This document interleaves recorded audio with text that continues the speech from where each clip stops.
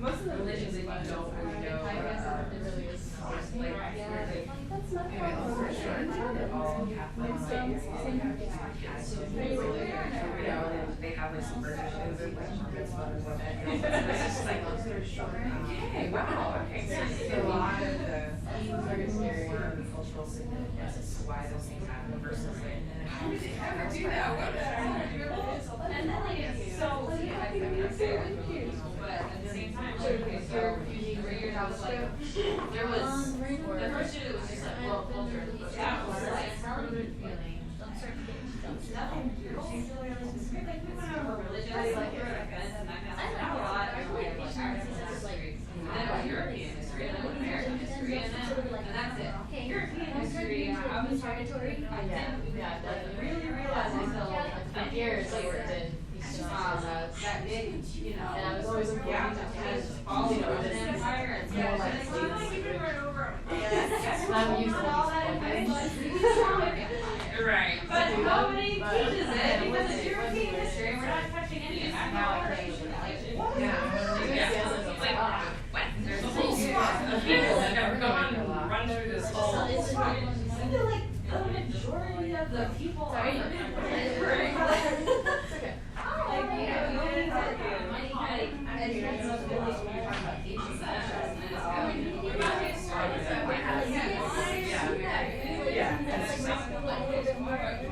took me a long time to resolve. It's out of the learning curve. It's very destructive. It took me a long time to resolve. I was like, this is Greek culture. And then you're like, where does that fit in Roman culture? What does this mean? Like, yeah, he's like, and then so I felt like I had to struggle a lot to kind of like get like a world timeline of what happened where.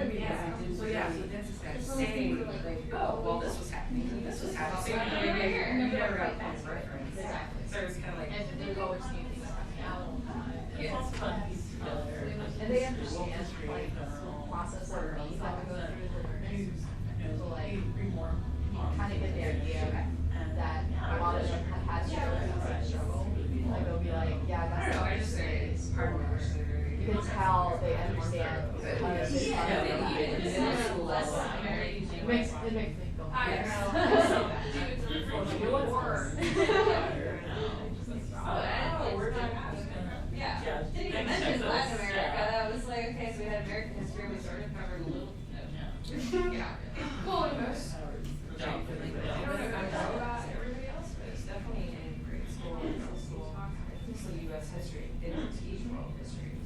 You know, you get it as a perspective of like people from the world have come to us. So that is yeah. So you get this very apparently we've had everybody for this is really great place to be. Right. Well, yeah. But yeah, there are other really great places to be too. Not all of them. Not everybody's trying to get into the United States. Very cool. And then you wonder why some kids are working bad at geography. Because it's like all you're taught is U.S. history, then you work with that geography.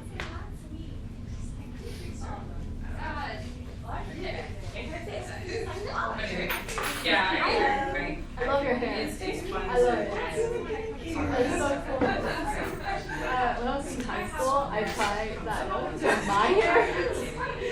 Really, it was a disaster. It was like my head just exploded. Really? What did you try to get perm? Yeah. But my hair is so thick. I don't know. It never got puffy. It just got like crazy sticking out. Really? Whatever. Like it was just. I'm counting my hair. I'm serious. I wish that. There was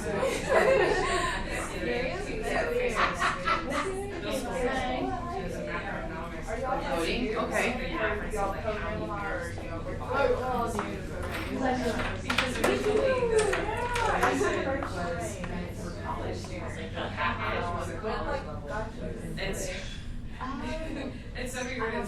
an appropriate question for It's eighth kind grader. of, You're all like, it's kind of embarrassing, but What?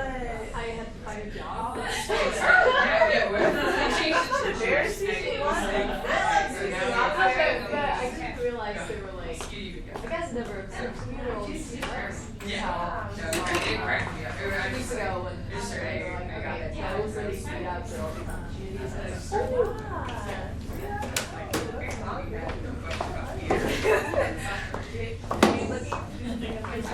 Y'all are so far away.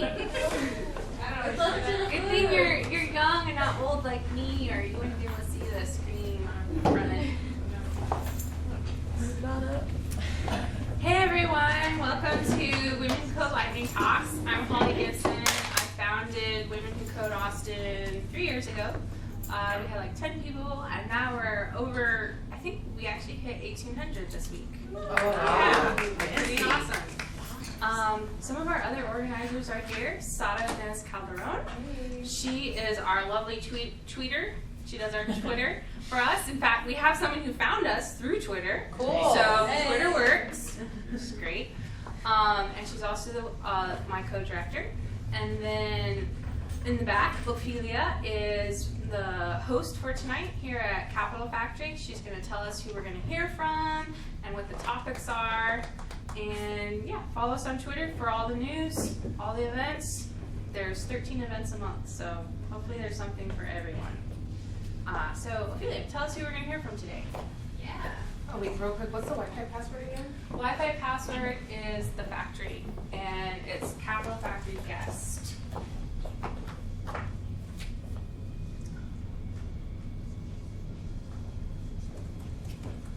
All lowercase.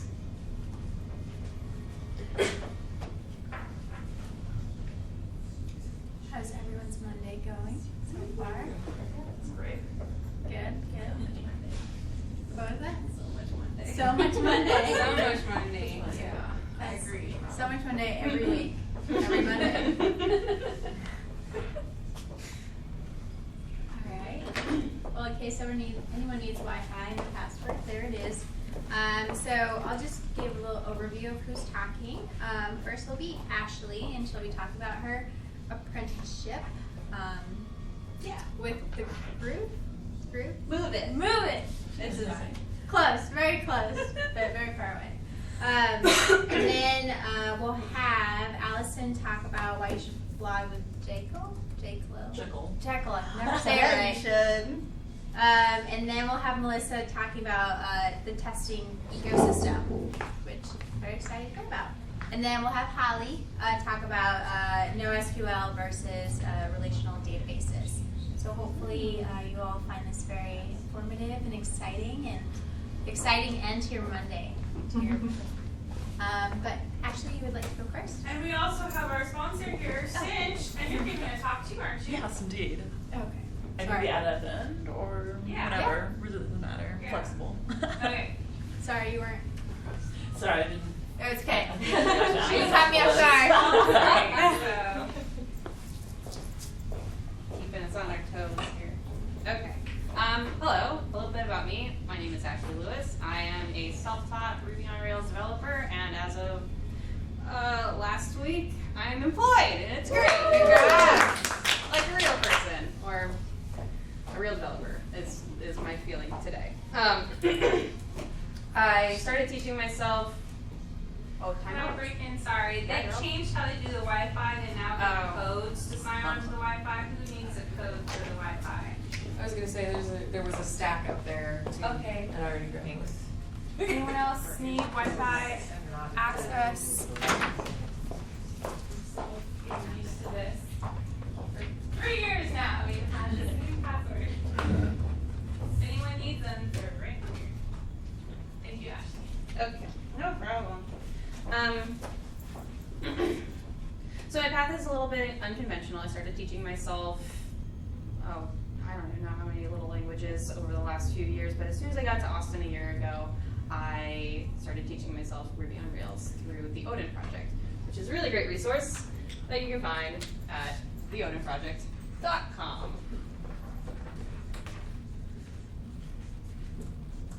I highly recommend it.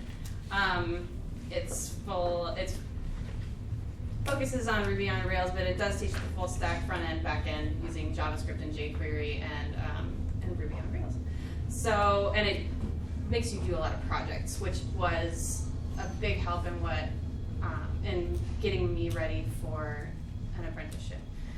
Because it forced me to actually build things as opposed to just going through tutorials endlessly, which is what I had been doing with other projects. So I found this particular program through another woman at Women Who Code. I was in the Slack channel and somebody posted, hey, they're doing what's called a Mastering Ruby course with this company that's just opening up an office here in Austin. And I said, okay, what the heck, I'll apply. And I did, and it worked. That's awesome. I went through only 2 interviews before they accepted me, and this was the thing that was really unique, was I think because it's an apprenticeship program, I later on asked my mentor what it was he was looking for. Did you look at my code, I asked him. He said, no. I said, why? Everybody says that you should have your code up on GitHub. He's like, oh, you should. So I can see your projects and that you've done things. I'm not gonna look at your code. And here's why, he says. Because that's not gonna tell me who you are going to be as a mentee, as a junior developer. What the answers that they were looking for were how quickly can you learn, how self-motivated are you, and how enthusiastic are you about the content, which was kind of a big deal. Those weren't the questions that they asked. The questions that they asked were, what was your favorite project? What was a problem that you had in that project that you felt like you got over really, and how did you attack it? How did you solve it? And it wasn't even the answers to those questions that they were looking for. The answer, what he was looking for, was how I talked about it. And the other thing that I remember from that conversation later on was I asked, so, okay, but why me out of the other people that you interviewed? And one of the surprising answers was because you were truthful. He said, I asked you if you had ever done any multi-threading in Ruby, and you said, no, I haven't. I've read about it, but I haven't done any of it. Don't BS your way through any kind of interview questions. If you don't know it, just say you don't know it. That's okay. It's worse to get onto the other end and have them find out that you lied to them. The experience was great, though. Having been kind of alone in my living room for most of the year, and obviously coming to meetups was great, but the best thing about this mentorship was having a senior developer to ask questions of, to review my code, to tell me, you could do this a little bit better, or it makes more sense if you structure things this way, or this is, a little bit of insight as to, a little bit more detailed insight as to how Rails is working when you tell it to do this thing, which was fantastic. I think that I would not have done nearly as well if I hadn't followed one of my outspoken gut instincts, which is to basically take my own training by the balls and say,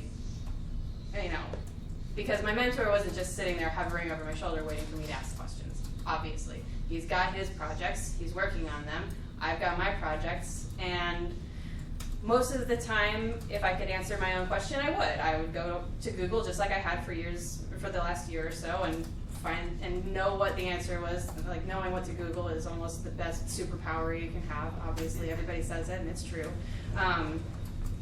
But knowing when to stop and say, I can't find the answer, now I need help, and having the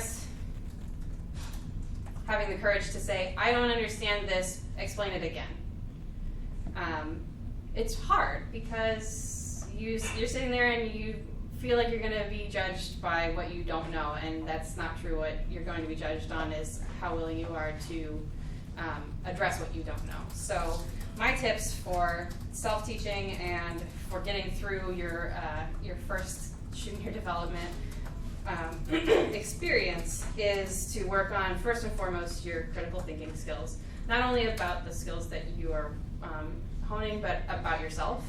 If you can assess your own weaknesses before somebody else can find them, you're going a long way towards fixing them and being able to ask the questions that'll get you further. Again, like I said, take your training by the balls, take your learning into your own hands, and yeah, you have to take your own learning into your own hands, because nobody's going to come to you and say, oh, I know that this is your weakness, and so therefore I'm going to help you with this, or today we're going to work on this. No, you have an assignment, you need to assess what you need help with and ask for it. And that goes for whether you have a mentor or not. And then the other thing that was hard, I remember, was sitting in front of a project and having to tell myself to stop progress on the project, stop trying to push something, and go learn that skill that was tripping me up.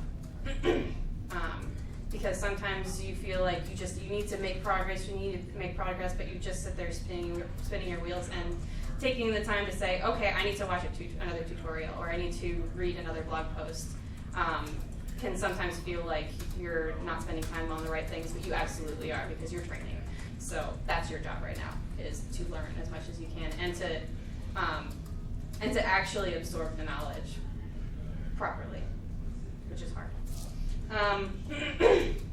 So yeah, don't stay quiet. Absolutely open your mouth. And when somebody asks you for feedback on the program, on your process, it's just like what they say with interviewing. Like, they're not just interviewing you, you're interviewing them, and you're not just sitting there taking whatever training that they deign to give you. You, again, are asking for the training that you need in order to make yourself more valuable in general, but also to them, and a good employer will appreciate that. I think I've gone over what I anticipated time-wise, but does anybody have any questions for me?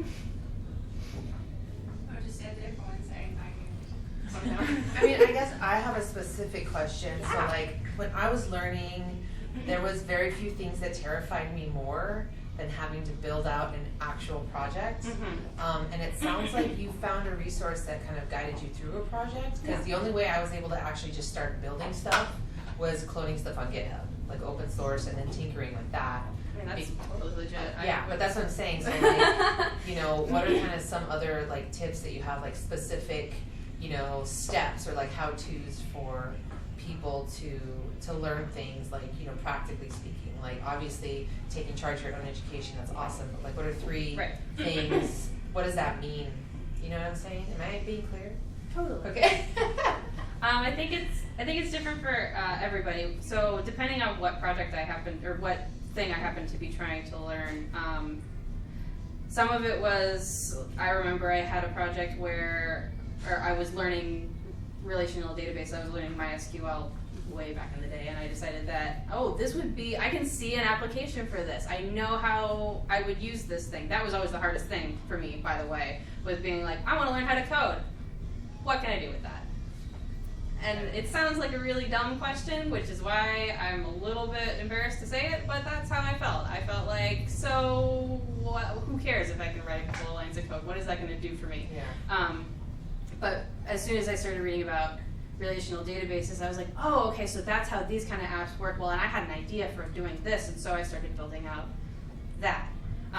It ended up being too complicated. That's another thing. If you don't finish it, who cares? Like, for a lot of them, you're not going to finish them. You're going to find that you bit off more than you could chew, but at least you tried it. Go on to the next thing, find something that you can't finish. And that list of things that you can finish is going to get longer. But you can go to Code Triage if you want to start contributing to open source software. That can be really intimidating, and that's almost an entire talk on its own.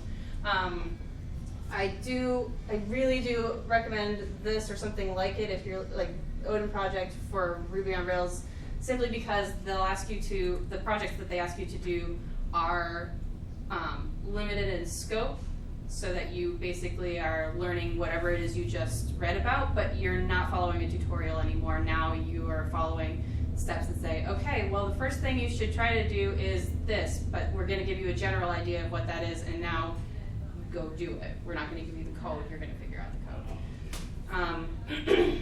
But if you can find a project or a hackathon with somebody else's project that you can contribute even just a little bit to, or, and it sounds really boring, find a project that you really like or a tool that you use and read the code.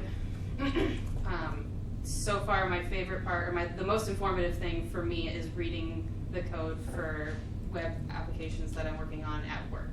And a lot of them are already open source, and there's just tons of open source software out there that you can just read through.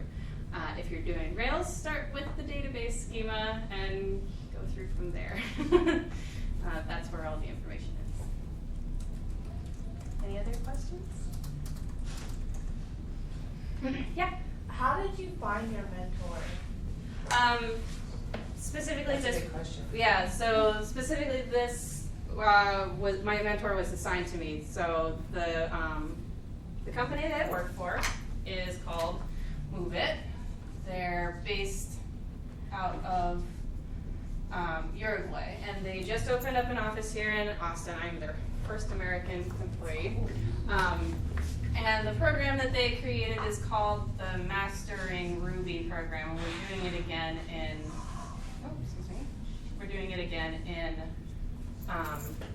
August. The splash page, the landing page for Mastering Ruby is still referring to the one that we started in April, but that's how I found my mentor, was basically this apprentice program that the goal of which was to hire somebody on. The interesting thing about that landing page, and one of the things that I started talking, and this is what I mean when I say don't stay quiet.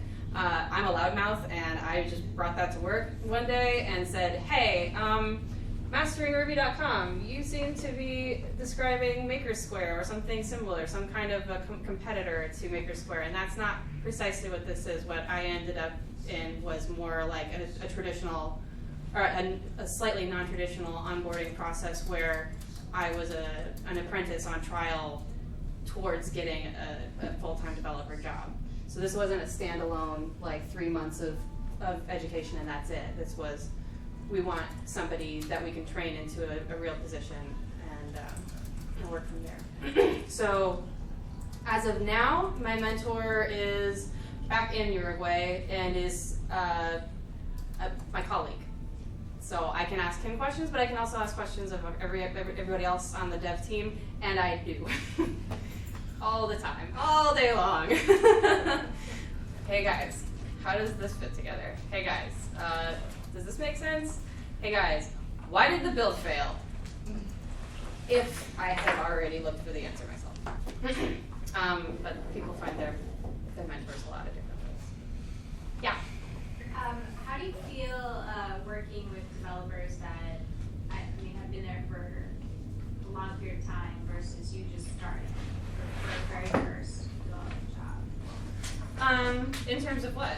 Like in terms of like you going to work, do you freak out? Do you like, I got this, or what is your thought I process? freak out pretty frequently, I think. There are a lot of times where I'll sit, and like I said, I ask those questions.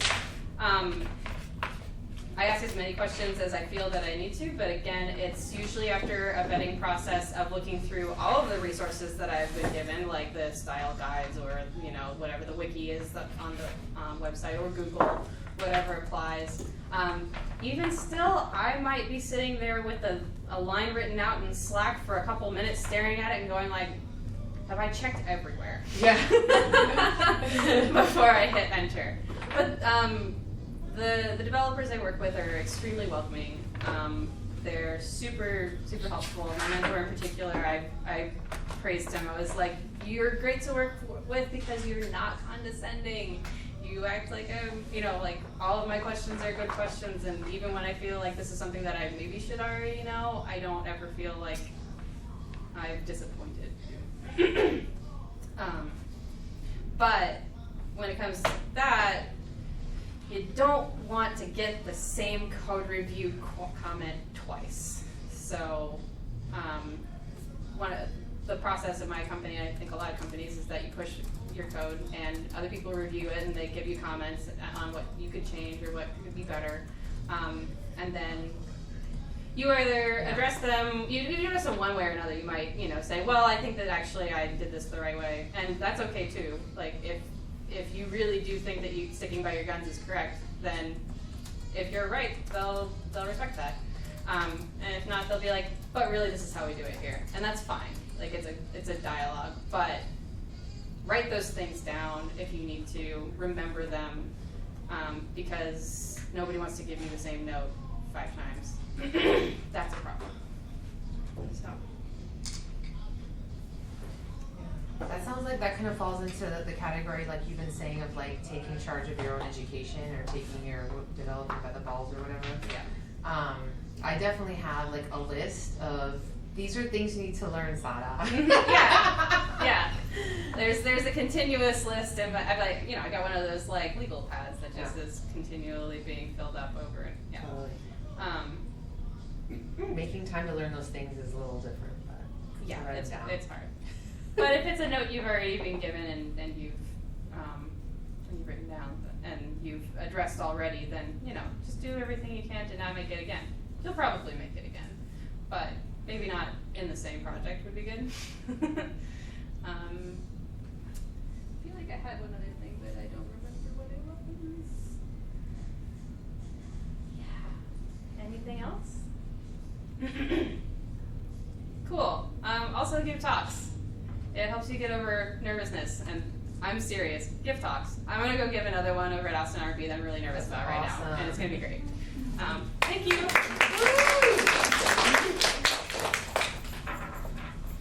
Perfect.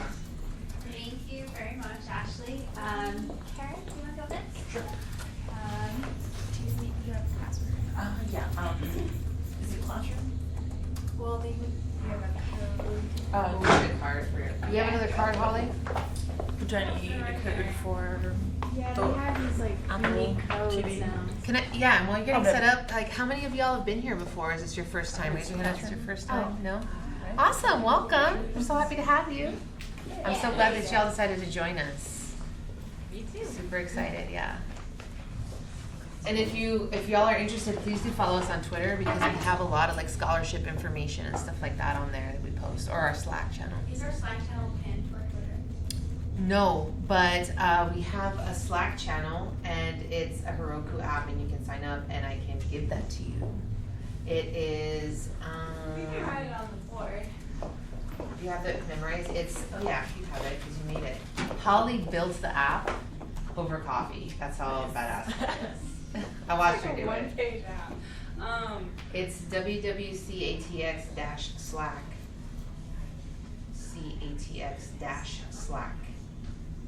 catx-slack.herokuapp.com.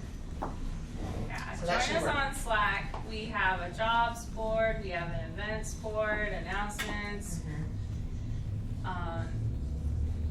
Lots of people go on there and ask questions. Yeah. Ashley's on there like every day. I'm lurking behind the scenes watching all of you. Every time I find a good scholarship, I'm like, money! All caps. Yeah, we announce on there scholarship for code schools, for conferences, all kinds of things. So join us on Yeah. Slack. So It's a even if fun y'all don't party. want to come to all the meetups, those are some pretty Yeah, good there resources. we are. Look at us. There's Sada. There's me. So, yeah, without further ado, hi, my name is Karen Garcia. Nice to meet y'all. Welcome if this is your first time. Exciting that y'all are here. So, yeah, I used to work for this really cool Swedish startup called Cinch. And, yeah, really awesome product that they do. So, Cinch basically provides an SDK for developers to implement voice, video, messaging, and verification into their apps. So if you don't know what an SDK is, it's a software development kit. And basically all an SDK is basically code written for you that you can implement and use the SDK for whatever purpose. And in this case, it's telecommunications. And so, yeah, basically I'm just gonna give a quick demo on how to, build a quick little app. It's not even gonna be building anything. It's gonna have, oh, hold up. DevTools. So yeah, so once you go to cinch.com, you can sign up for your account and then go to your dashboard, and yeah, here we go to quick start and welcomes you. And we're just gonna give it code.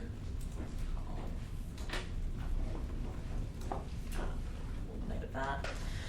And yeah, so basically, yeah, the Cinch SDK does a really fantastic job of, you know, having the, you know, the telecommunication side of things basically built out for you, so you don't have to, you know, go with T-Mobile or Sprint or with whomever to get, you know, your app working on, I guess, the satellites. And so yeah, getting a little bit nervous, but it's all good. So yeah, clear this out of my terminal. And yeah, right now what it's doing, it's basically creating a sample iOS app that will allow you to test out the Cinch SDK. And yeah, basically all you have to do to use the Cinch SDK is to invoke the Cinch client and put in your code where appropriate. And yeah, once it's done building, hopefully it'll be soon, it'll pop up on Xcode. And Can you zoom in a little? I Yeah, know of it's course. just building, but oh yeah, still might be fun to just read what it says. yeah. It's fun to read code. I love But it. yeah, this is basically just a script, and yeah, it's taking its time. Should And be- so like, what are you gonna use this for? Do you have any examples of what you would use this for? yeah. So right now, once it's done building, it'll basically, there it goes. Anybody want to volunteer their phone number? Well, let me open the app first. I'll volunteer my Google phone number. Yeah. We're being recorded right now. This I is can going on volunteer. YouTube. Oh, really? Oh, cool. Yeah, you're on YouTube. Oh, there we go. So yeah, so it's currently building, it's processing, and Xcode is, so yeah, if y'all don't know, Xcode is basically the IDE, the what is it? The development environment. Yeah. Integrated? Is that? I forget what the IDE stands for. Xcode is kind of like an IDE. Yeah. So It's an basically, integrated development environment. So Yeah. that's like a thing in which you edit code. exactly. And for example, the Xcode is specifically just for iOS. For Android, it's Android Studio. Used to be, what is it? I forgot what it was. But anyway, Android Studio is basically Google's version of Xcode. And yeah, so here we have our app. And it's taking, so, you know, so this is basically an example of, you know, a phone app. You're gonna enter your name. My name's Karen. Log in, and I'm gonna add my number because I don't mind. People have it. Everybody wants to call 915 anyway. Number 2, that's me. And so yeah, right now what it's doing, it's basically ringing. I know.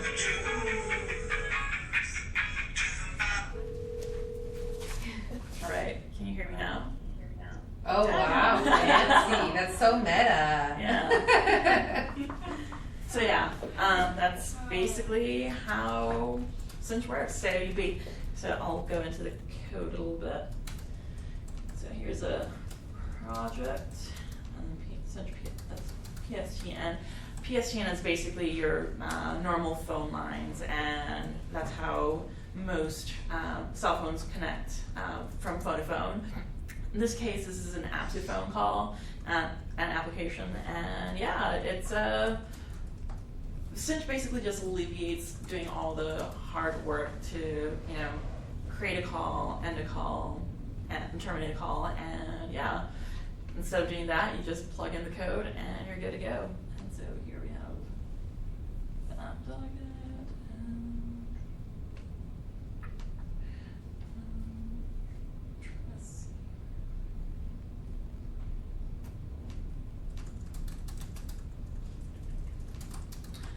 I'm not an iOS developer, so I do apologize that I don't have. Oh, actually, I think I have. Yeah. So here was a JavaScript example. I'm zooming in. Can y'all see that more or less? Okay. So yeah. For example, if you're writing your code in JavaScript, here we're setting up the Cinch client. You get your application key, plug it in, and boom, you're ready to call people.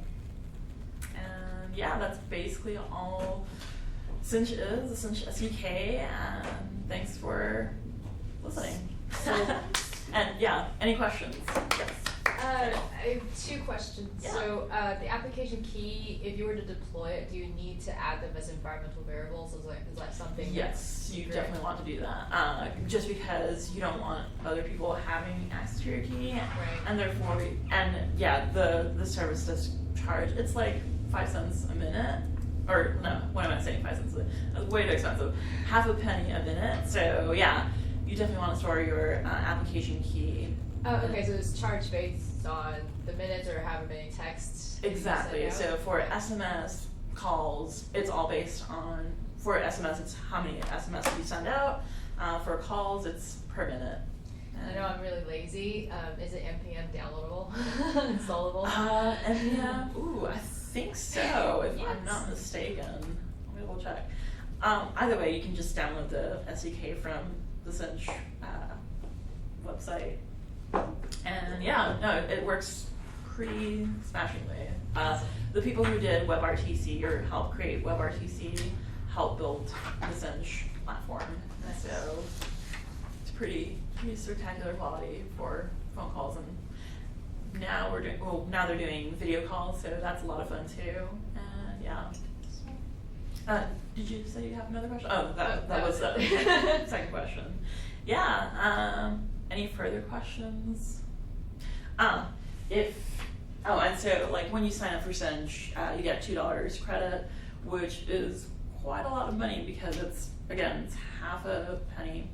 Yeah, half a penny for a minute or SMS. And so, yeah, if you have any further questions or want to have a little bit more than $2, you can email my friend Christian at cinch.com. And yeah, he'll hook it up with some more credits if y'all need it. And he'll be happy to support y'all if you run into any issues or bugs. It's a pretty solid community. And yeah, that's pretty much it on my behalf. Cool. Alrighty, thank you.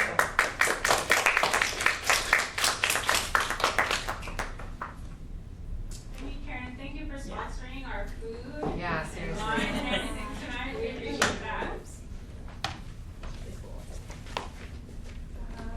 Allison, would you like to go next? No, there's no Allison here. What No, am? Allison. Yeah, I didn't see her. Okay. Would you like to go next? Sure. All right. Everyone's favorite subject? Everyone, round of applause for Melissa. Thank you. Give me a second to get my computer connected. It's not as tech savvy as all you Mac people out there.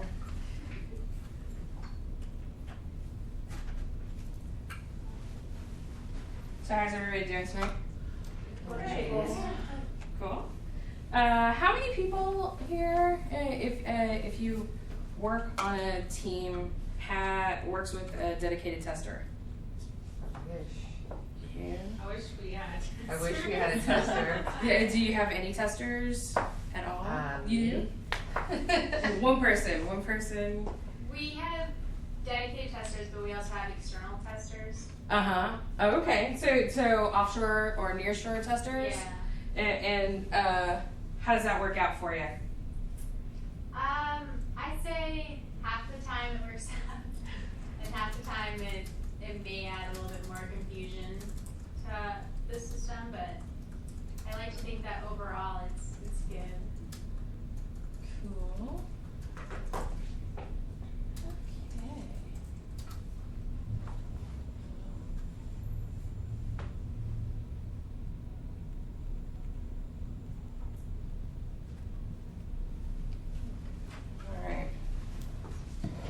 how far this goes.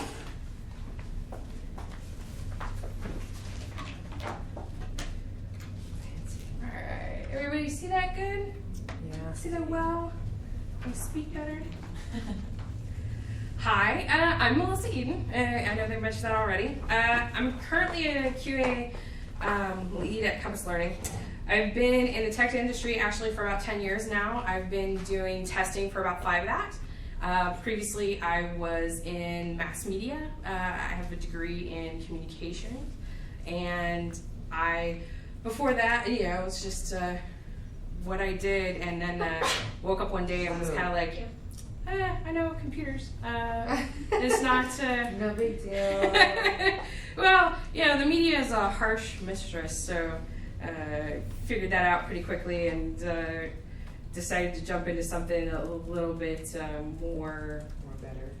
A little bit more stable than media, so I didn't have to work 3 jobs at the same time. Mm-hmm. So anyway, in my talk tonight is the testing ecosystem, and it's just basically going to go over some ideas presented and kind of out there by one of the thought leaders in testing, James Bach. And this is a model, a test strategy model. So what you're looking at here is basically a three-pronged approach at coming up with testing techniques. And what this helps you come up with is a perceived quality.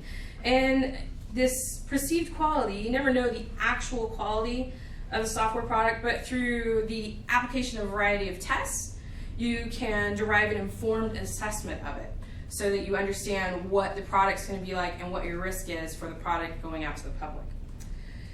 So the next part of this we're going to look at our product elements.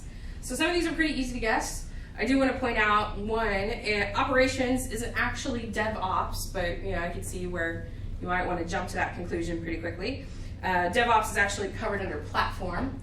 So operations is looking for the user and the environment and the typical and extreme use cases there. So in an education domain, what I would look for in operations would be, okay, my typical use case is a student using the product to access the content and a teacher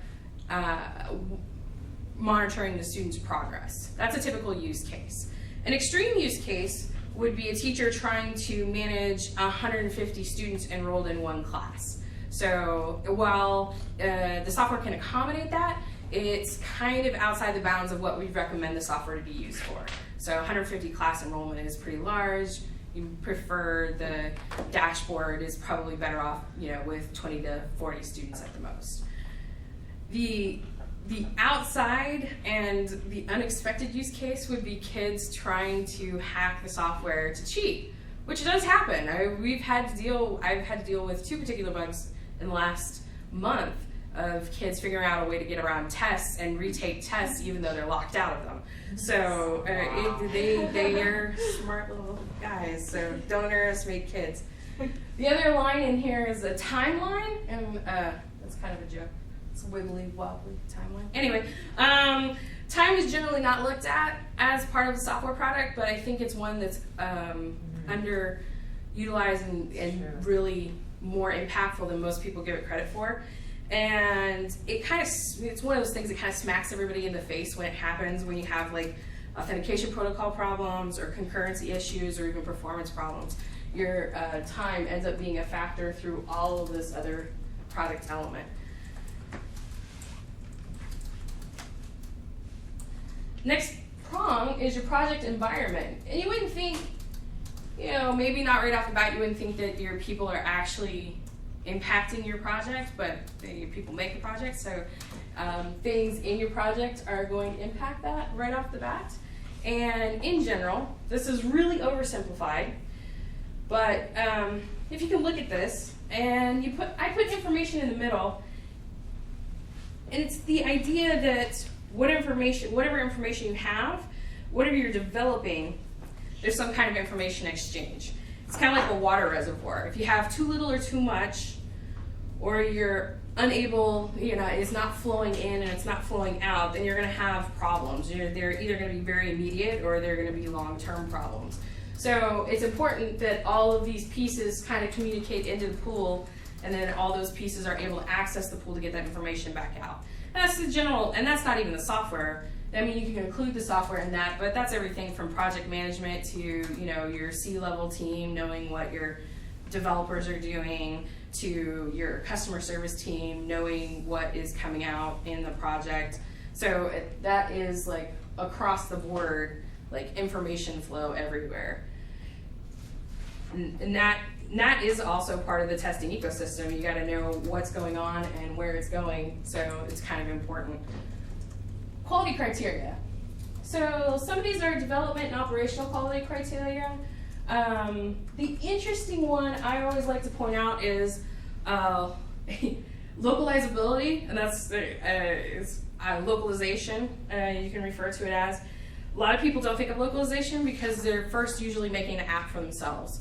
So when you come up against localization, that's usually what keeps a project from growing rapidly, is you'll hit something like having to handle different currencies, having to handle different languages, having to handle different regulatory code, restrictions across borders, boundaries, countries, even across states. In the United States, it is really big for regulating based on state, and sometimes even at the district and county and city level, what children should learn. So sometimes you end up having to code for those regulations, and then the federal government will come in with their own, and you have to code for that too. So it just makes testing even more complicated, especially if you want to give these resources to the teachers you're working with, but the teachers want options. They were like, well, with this subject, I want to be able to teach our local curriculum, but with this subject, I want to be able to teach at the federal level of what, the Common Core standards. So you have to be able to be flexible enough to accommodate those changes.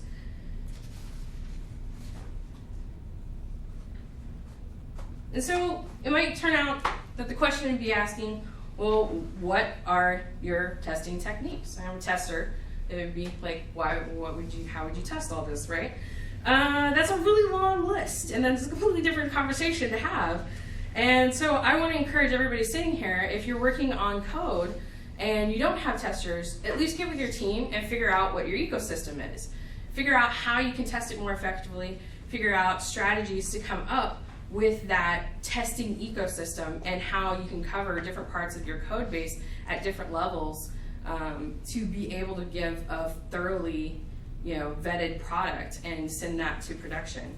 So just as an example, this is the current ecosystem I work with. So you can see I have the project environment up there, quality criteria. The other thing I do with the quality criteria is rank the project by the different quality criteria. I give it a score of 1 through 5, 5 being the best, 1 being the worst, of how my project handles that particular criteria. And then, you have product elements. So I have an idea of where operations is coming from, where time, like what's impacting on time. So we have scheduled reports, maintenance cycles, and dashboard updates that have to happen every night. So then that is an impact on time that I'm aware of. And then that all factors into the testing ecosystem and how we handle those things. So that is pretty much testing ecosystem in a nutshell. I encourage everybody to go out and make a mind map if you don't know what a mind map is and figure out your ecosystem. I'm also on the Twitterverse. I'm a new convert to Twitter. And I also have a blog called Testing in the Movies and Stuff, blogspot.com. And my LinkedIn is there too. And thank you for letting me come speak this evening.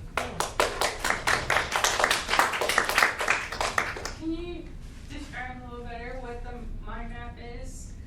Yeah, so I kind of came up with a way, it was kind of a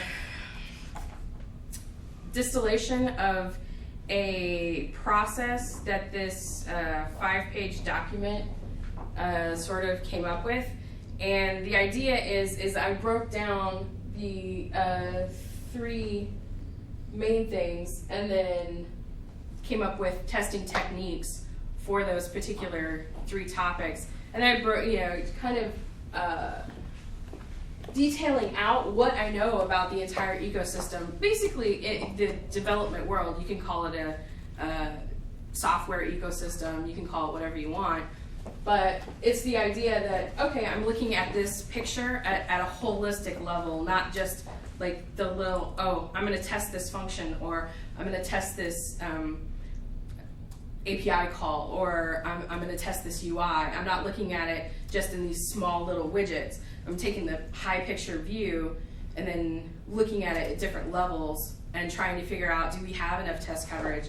Is our automation sufficient enough to cover this? Is it? And usually the answer is no, because nobody ever has time to test everything, and you can't. But the more you're aware of what level your testing is impacted where, like, hey, you have to get this out in the next week, then you can do a risk or a rapid testing, and really kind of figure out what your test plan is and what you need to attack and how you need to attack it.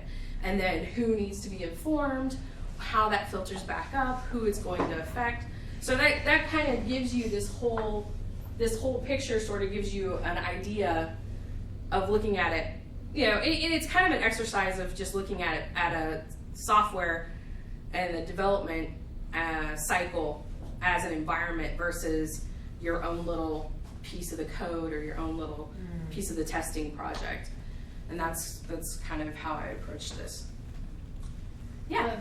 I'm trying to incorporate more testing into my codes. Would you recommend doing this at the beginning of the project before you even start coding, and then just get a higher level idea of? Yeah, definitely. Because as you can see, so like I point out like product elements, even doing this piece right here, and just kind of getting an idea of how your stack works together, who does what. Like maybe you have a DBA, maybe you have somebody that does a service, a microservice in another part of your company.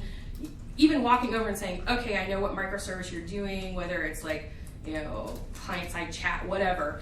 Are you guys incorporating any testing? Yes, no. Okay, good. So then you know that that's a weakness. So if you're interacting with a piece of code that's going to interact with their service, you know that, okay, maybe they don't have enough testing. So then you put in more unit tests, or you can work with them on getting more testing in your code at a really kind of basic level versus letting it get all the way to the end of the project and the poor tester or whoever, or your customer, which is more often the case, ends up on is like, oh, why is this button not working? I actually emailed Slack the other day because they have a defunct channel defect that if a channel gets shut off, then all of your channels get stacked up at the top. And I emailed, I was like, you guys know about this? And they're like, oh yeah, we do. Thanks for emailing us. It's not a priority right now, but we're gonna get to it. I'm like, okay, good. But it's kind of those kind of things are kind of like people see that, and I'm my Slack channel. I have like a lot of channels. I follow a lot of stuff. I read a lot of stuff. So for me, it's really important to not have that pain point, and they're aware of it. I think it's just a matter of getting through. But if they had somebody that had tested a defunct channel and see what had happened, that kind of mindset, when you're thinking about it at a more holistic view, even if you don't have testers, you could theoretically come up with more ideas when you're cross-communicating with other teams or your team members or even your project management team, and give you all this kind of thought process and kind of boil it together. It's kind of hard to, I guess sometimes you just want to I just want to work on the code. I just want to test this piece of the project. But I think people do that too often, and that's where we run into, it gets to become a habit instead of like, oh, I'm just heads down right now, I'll go talk to them later. But later never really shows up. So I advocate doing this in the beginning, and then like, oh, hey, I remember talking to so-and-so, and then you kind of have all these pieces to work with. And it's a really good team project, I think, to kind of get everybody together and whiteboard it out and say like, hey, what is this, and where does this go, and who's in charge of that, and what kind of coverage do we have there, and then you get like a holistic view of how your whole company interacts, or even the software or several projects, depending on what your company's doing. So, as I mentioned, I have worked with QA testers before, and I thought it was cool. But you know, I think that's a luxury, right? Unfortunately, kind of like I used to work in communications too. Like that's the first thing to get cut. QA is the first thing to get cut. Right. So like, what are some suggestions that you might have for people who, you know, let's just use myself as an example. I don't think I'm that special. You know, we're kind of all just the ones internally testing it, and we do have maybe some continuous integration or gulp tests or stuff in there, but it's mostly just maybe we're using like a testing software or something, but mostly it's just like, oh, what happens? What happens when I do this? What happens when I do this? What happens when I do that? Do you have any tips for, you know, people like that? I mean, like, what are some things to consider? I know for me, I get frustrated just because, you know, someone will come back and they'll be like, oh, well, when you leave the menu open and then do this, it does that. I'm like, but that's not how you're supposed to use it. Right, It just frustrates me. And a lot of defects that come in from customers are usually the ones that you never expect them to do. It's like they wander off into the weeds, and you're like, why are you over there? My best suggestion for people that don't have like dedicated testers, but you want to test something before it goes to your offshore testers or even to the public, would be to definitely have unit tests. Okay. Like hardcore. I cannot recommend those enough. And then API tests if you can manage it. Sometimes that's a little bit harder. And then I would like to recommend a test fest. And what a test fest is you get everybody in a room like this, and you sit around for an hour or two, and you just bash the software. Just bash it, like anything you can come up with, and then you just write as many defects as you can in that amount of time against whatever feature you're working on for that particular test fest. If it's a a mobile app going out to Android and iPhone, and you know that those particular two, and you have access to a bunch of mobile phones, or everybody can bring their mobile phone and just hack away on it or test away on it and just be like, hey, I'm going to be crazy and put in this username that has like 50 gazillion characters and special characters and stuff. Just go crazy with it. Like, think like your customer and just kind of just bash it for a couple of hours. You'll be surprised how many things come up that you didn't think about while you were coding, but you caught. Maybe they aren't critical, maybe they'll never happen, but you can at least say to the customer, yeah, we know about that, we have it in a queue, we're gonna fix it. That's the most important thing you can say to your customer. The worst thing you can possibly do is let them catch something that you didn't think of or you didn't find first. And fixing it is almost secondary, but definitely find it. So, because I can tell you, like, a customer is, having worked in customer service for part of my 10 years, is the customer's more teed off if you don't know about it, and then are like, oh, well, we might, and don't have an explanation for it, versus, oh yeah, no, we know about that. We're sorry you encountered that problem. We have it on the timeline. We should have it fixed, in the next release or the next couple of releases. We'll notify everybody when it goes out. Much happier customers knowing that you're thinking about it, because they understand in some level, like in the back of their head, how software comes out. There are those that are just like, why can't you fix it now? And they think it's a magic box, and you press a button and it's done. And then you kind of have to educate them. But most customers are pretty savvy nowadays. So cool. Yeah. That's legit. Yeah. Any other questions? This is great. I've been writing it all down. It's a dream. Well, thank you very much for letting me come talk. What are some of the test libraries, unit tests that you like the best, as a professional in this, like Jasmine or just a bunch of different ones? JUnit.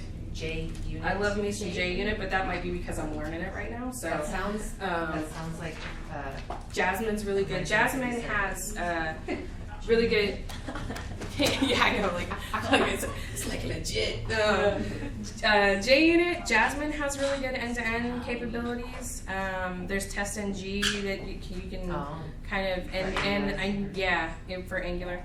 I think a lot of the newer code bases that come out now are almost coming out with their own test engine. Built in, Yeah, so I would, whatever code base or whatever flavor of JavaScript you're working with, see if they have their own test engine built in, because 9 times out of 10 they do. That's cool. Or at least that's what I've been seeing, is that like, hey, I'm working with this. So, and you can go off and use something else, sure, but I mean, if it's already there, use it. If it's in the library, use it. Do you have a good library suggestion for React? Because I heard it's Oh my kind of God, tricky. did you React? I'm sorry? Did you React? I love React. Can we be friends? Yeah, I The haven't. problem is I leave heard these the components testing tonight? for React is very tricky. Like, we had a lot of people that tripped over it. And I I'm afraid wish of I it. did, but I don't. I mean, I haven't come across React very much, so We're it's using expect. expect. Yeah. Okay.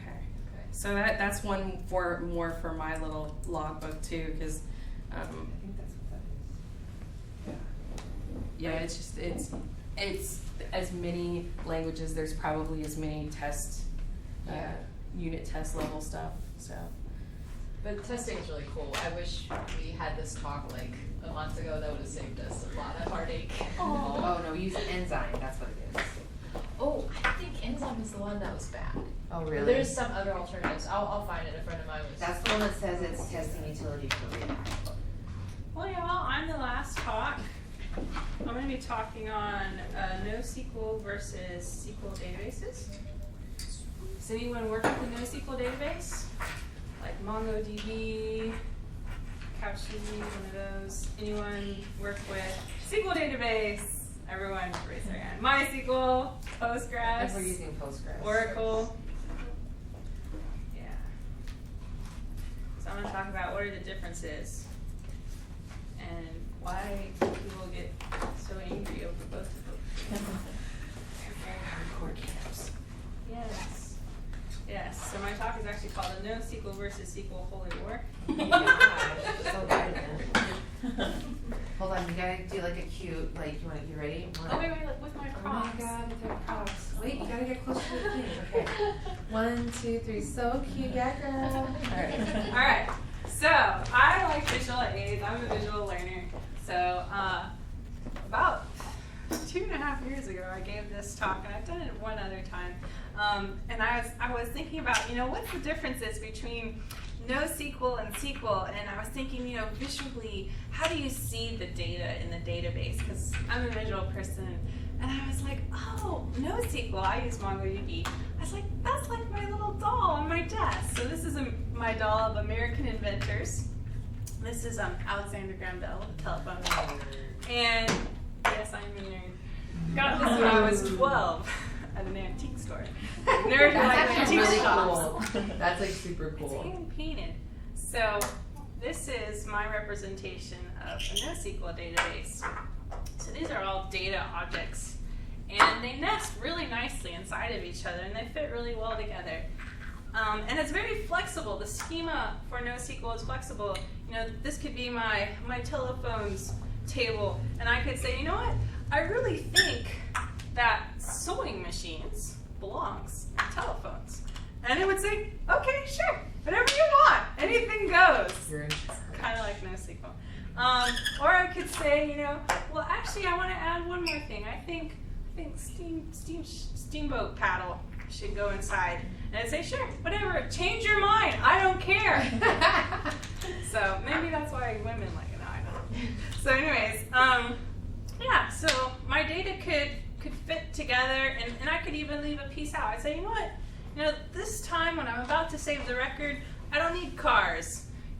I can just pretend cars don't exist and be like, sure, whatever, leave out data, put in data, I really don't care.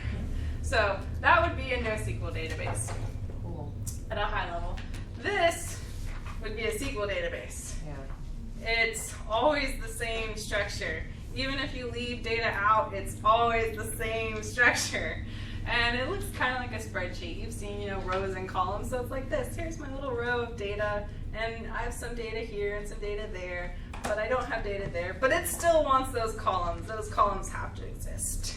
And that is a SQL database.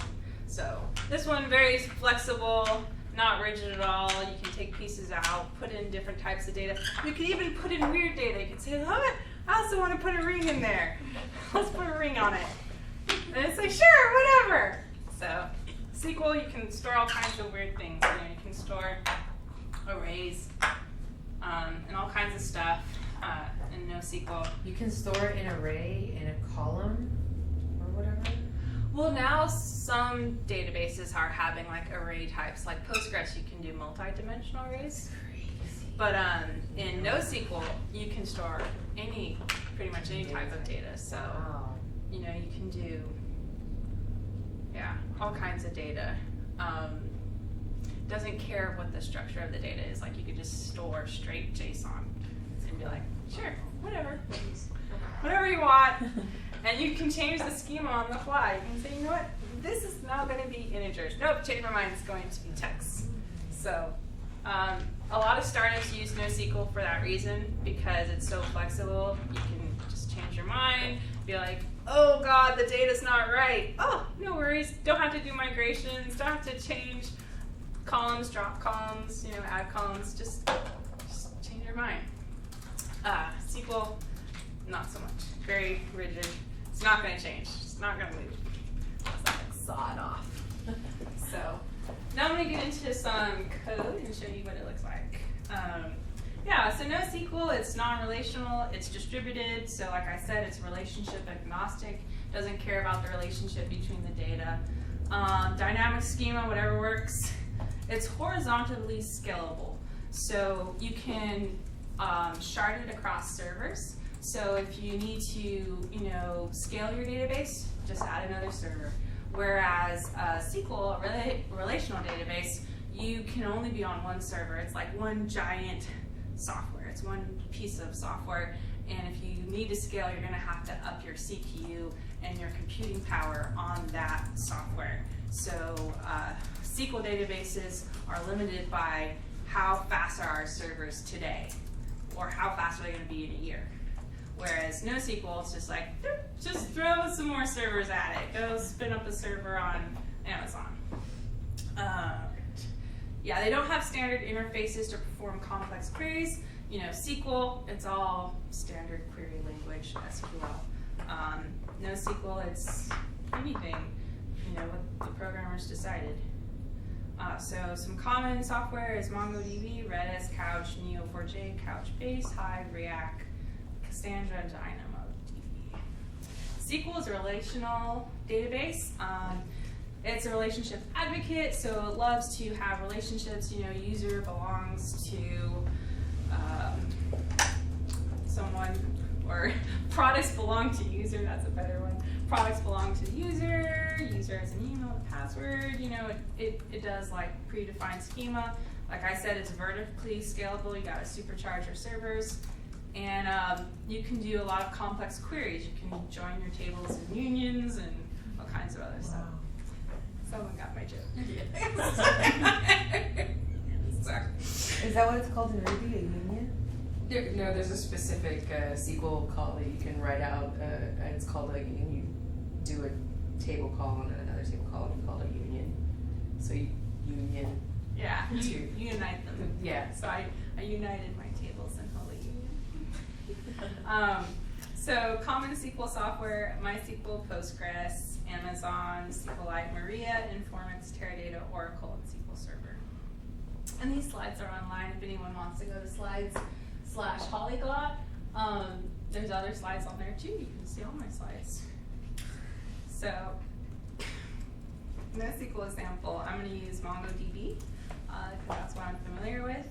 So this is how the data looks inside of MongoDB. It's in JSON. So this is a JSON document. You have your ID. This is my table for cats. So I have a type of stray, coloring and striped, and the price is free. And this is what it looks like stored in the database. So kind of like you saw my nesting doll. It's a collection. It's not a table. It doesn't look like a spreadsheet. It has individual documents of JSON, and they're stored like that. And then this is how you would do an insert. So it does not look like SQL at all. MongoDB uses JavaScript as its console language. So It looks very much like JavaScript. Insert, and I want to insert a Maine Coon, solid black, costs $1,000. Querying also looks like JavaScript. It's .find. I want to find a cat that's solid black coloring. You can also do different operators like you would on SQL. If I want to find a value in an array, I would say in the type I want Maine Coon or Himalayan. And then also I can do operators like greater than or less than. So I want to find all the cats that have a greater price of 500. So those are some of the basic queries you can do in MongoDB. And then this is an update query. So very simple update. You're setting the ID and the type.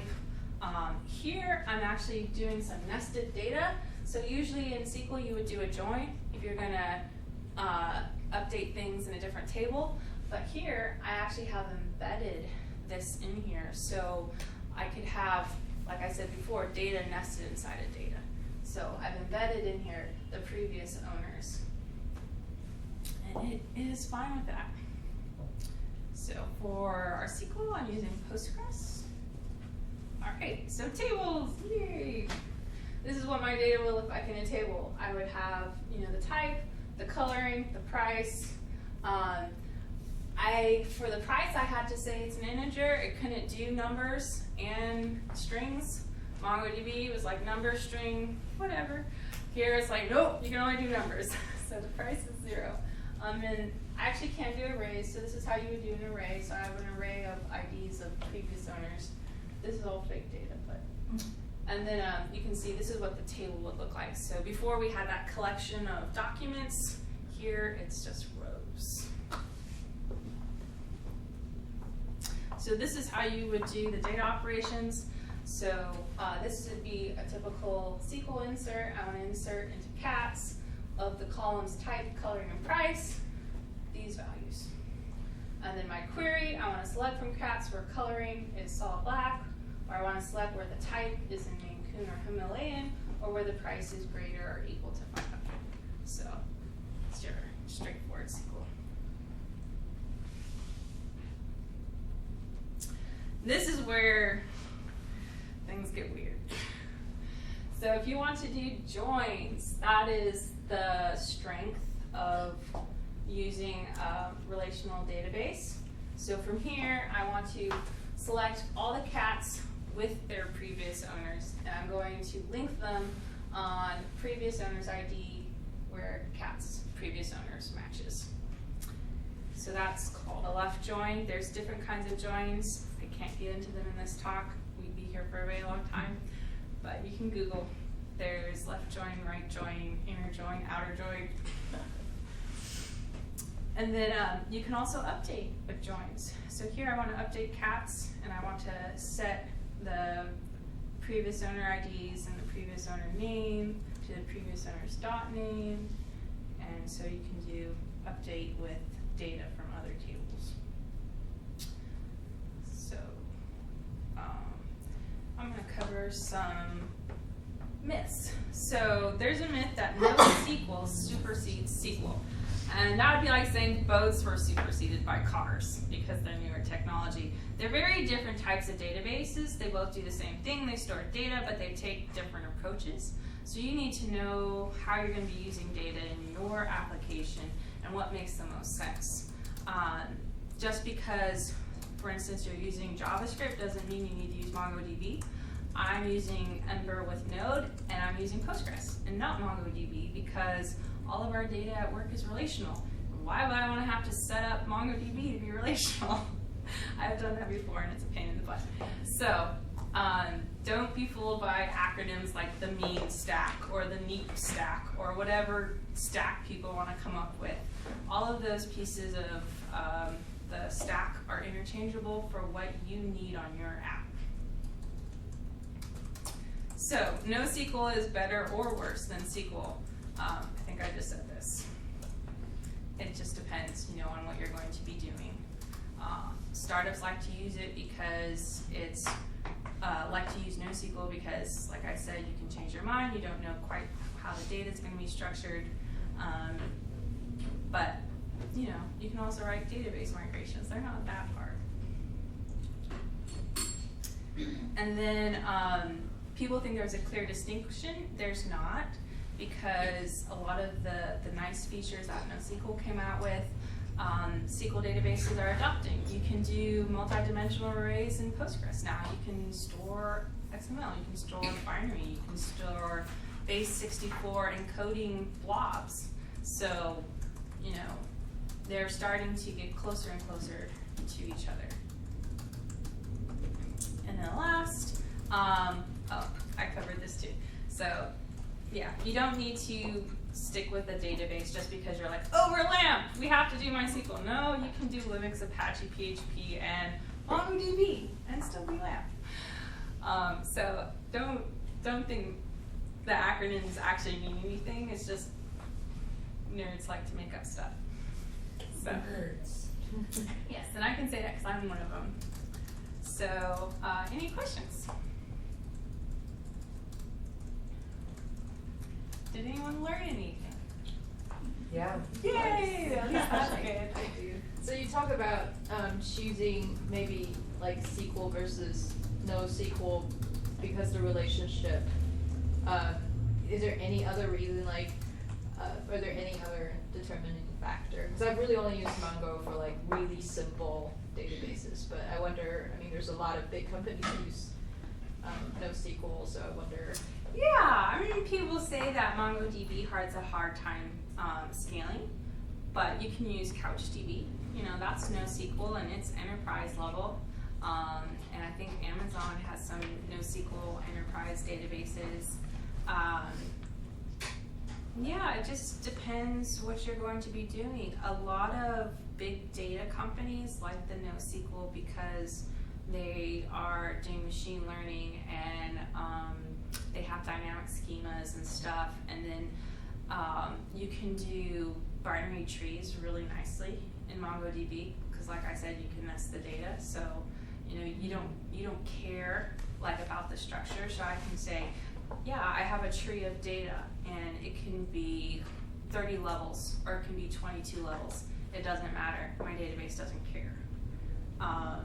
So for complex object storage, I would say NoSQL databases are really good. Yeah, Sophie. Which is your favorite? Which is my favorite. Or your least favorite? It depends what I'm doing. I used MongoDB with Rails, and we used ORM on top, which is an object relational mapper. So it felt like it was relational because the ORM connected everything for us. So I would say like user belongs to blah, and it would set up the foreign keys and the ID and everything for me. So you can make NoSQL relational, and you can hack SQL to store complex things, but don't. Yeah, I would say it just depends what you're doing. And I always think about the programmers that are going to come after me. And so what's going to be easier for them to work with? You know, if my data is relational, then probably a relational database is going to be the best option. You know, don't just use something because it's new and cool. A lot of the boy programmers like to do that, and then I want to kill them. Because then I get their code and I'm like, why? Why did you make this choice? Why? Yeah, so I really like Postgres. We chose it because our app has to work with XML, and Postgres has an XML data type. So that was my main reason for choosing Postgres. So again, what kind of data are you going to work with? Any other questions? All right, well, that's it for tonight. That's all of our talks, and we have about 40 more minutes. So usually what we do now is just have everyone go around and introduce themselves in case we haven't met you already, so we can get to know you and what you do. So I'll go first. I already introduced myself, but I didn't say exactly what I do. So I'm Holly Gibson. I graduated from Maker Square, the boot camp 3 years ago. I was in our first class here in Austin. It was the hardest thing I've ever done. I cried every day. I'm serious. It's really hard. But I made it through, and I learned Ruby on Rails and JavaScript. Then I started at a startup after that for 2 years, and now I work at an agency. We do all JavaScript, and then there's some legacy PHP, which I had to touch once and don't ever want to touch again. And that's me. Well, I'm Melissa Eden. I work as a tester for educational software company called Compass Learning, and I've been doing that for quite a while, various different places, and I'm kind of like a rhesus monkey when it comes to code, so I don't necessarily know everything there is how to code, but I can, look at it and go, why is it doing that? Okay, it's this over here and stuff like that. So I like being able to have access all the way down. I'm pretty, I love database relational stuff, so there's like relational, non-relational data, I'm geeky about data. So You want to find a fun database? Look at Neo4j. Neo4j is NoSQL, and it is used for machine learning and natural language processing. It's a graph database, Oh, wow. and how it stores data is very intriguing. Okay, cool. Yeah, it does sound like magic. It is magical. It's very magical. It makes trees of data. So if you have a word, you have a marker that works. So like if you were to input a sentence and you would have a word, I went to a day-to-day here in Austin, and there was a talk on it, so you could have, a sentence that had love in it, and maybe it said, like, I am love. And then there was another sentence that said, let's see, I love ice cream.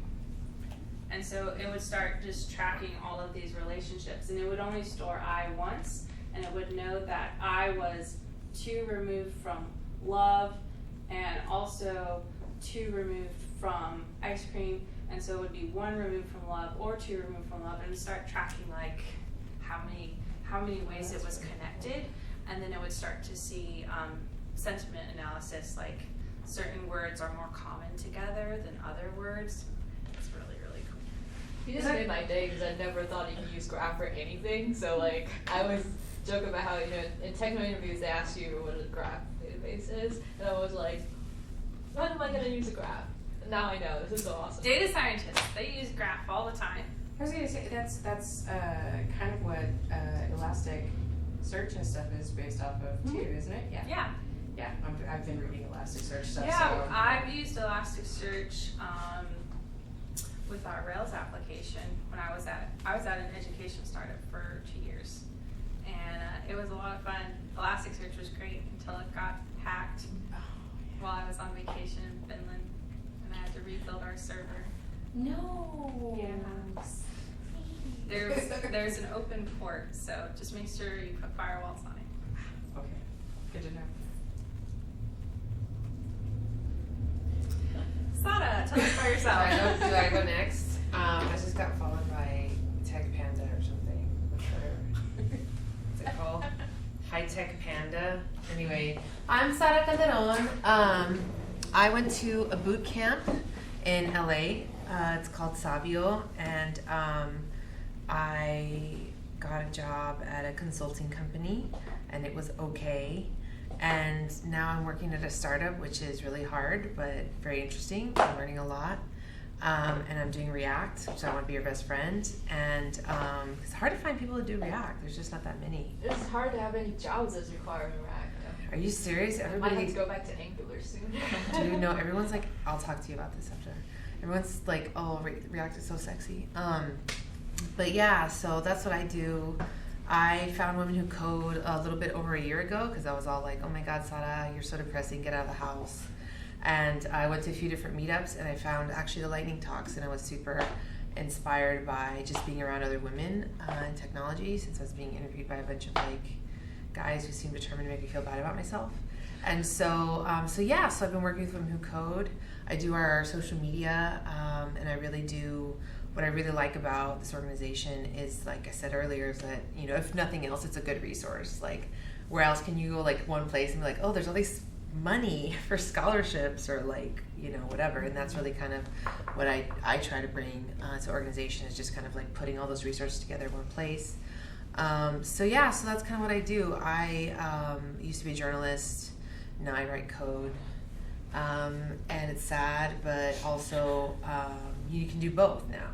Yeah, because you have Medium and you have YouTube and you have all those things, so you don't need a media conglomerate to pay your bills. So yes, that's what I do. Oh, shall I? All right.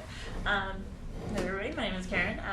Spoke briefly about Cinch, and my first Women Who Code meeting, I think, was December of 2013, or maybe November. I don't remember. But anyway, it was 2013. Like, so it was in its first months, and it's like, oh, this is awesome. Met Holly, met a few other Makersquare ladies, and decided to take a Makersquare part-time front-end course and really enjoyed it.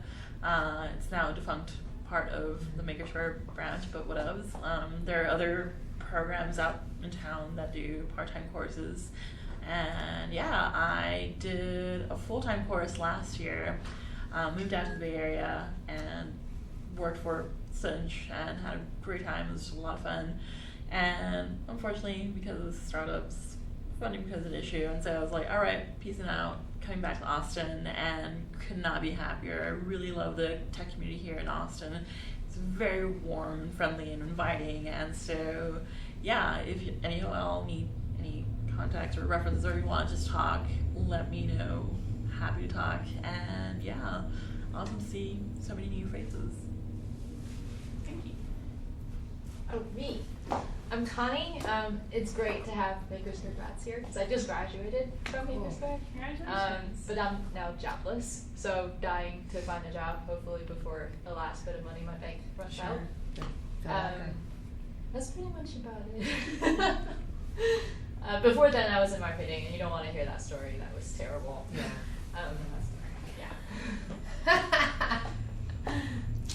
Well, you should join our Slack React bang our head against a computer. If anyone's interested, it's kind of super casual, but every other Wednesday, a few of us get together for JavaScript study night. Yeah. So if you're interested, give me details. It's not like a thing, it's just like me and my friends, because we all need to have a JavaScript at the Galaxy Cafe by the Triangle, because people are coming west, and they have a really good happy hour. They have $2 sweet potato fries. So. I actually like their black beans, but And Holly likes the black Weird. beans. They probably come from Canada.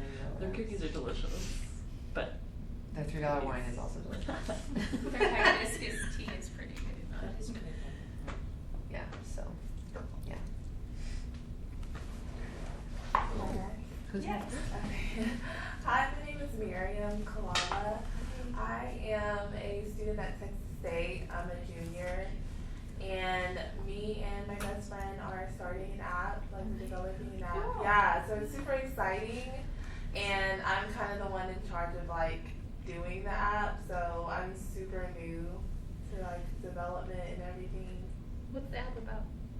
It's like a market share, like kind of like a Fiverr. Have you heard of Fiverr? Mhm. Or like Uber or like Airbnb?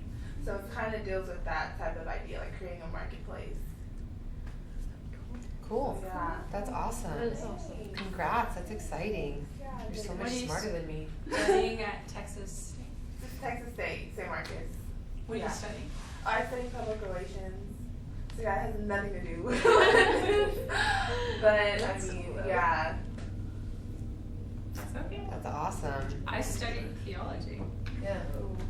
I study communication. Yeah. Oh, hi.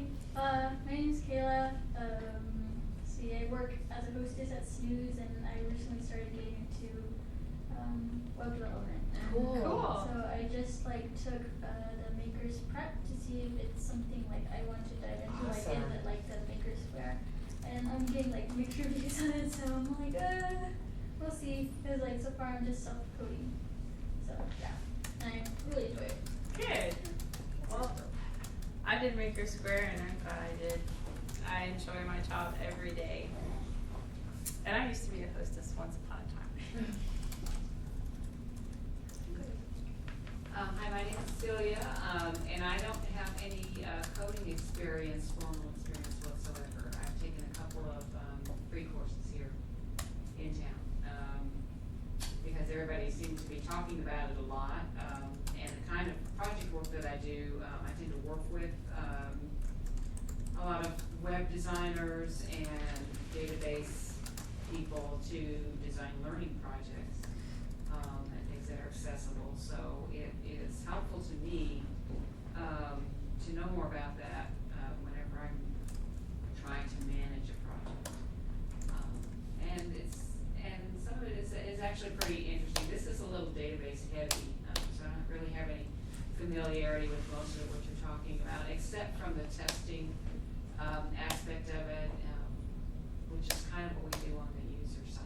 So, so just kind of interested in it, and kind of want to get my feet wet and kind of see what it's about. It's all useful, information, just understanding more about jargon and kind of how things are used and that sort of thing. So it's all helpful. Cool. Yeah, our talks change every time, so who knows what next month will be. Hello, my name is Ophelia. I am a event host with Holly for the Lightning Talks. My company recently relocated to Chicago, so I'm now working remotely from Austin. Because I said no, I won't go, and they let me stay. So what I do there, I work for a startup, and I do a little bit of everything. And lately, I actually been moving a lot into QA testing and user experience, and a lot of really just shaping our app to see how it's all going to turn out. But so that's what I spend most of my days doing, apart from other like business type client communication stuff. But it's been a year since I moved to Austin actually, and I remember last June was my first meetup. Oh my god. Where I met Holly and possibly Sada, I don't So emotional. And No, I You judge met you. her very soon I after judged that. you because you were wearing loafers. yes, Sada judges me for wearing loafers that are very comfortable. And I wear around her just to have her say that. But yeah, I think it's kind of interesting to see how a year has gone by and the community that I've built around here and all the wonderful people I've met. But so we're all happy to have you here, and I'm sure there's probably some of you looking for more friendships and whatnot. So definitely reach out, join us in Slack, on Twitter, and all that. Yeah. Jumping to the back. My name's Christy, and I actually studied computer science many years ago.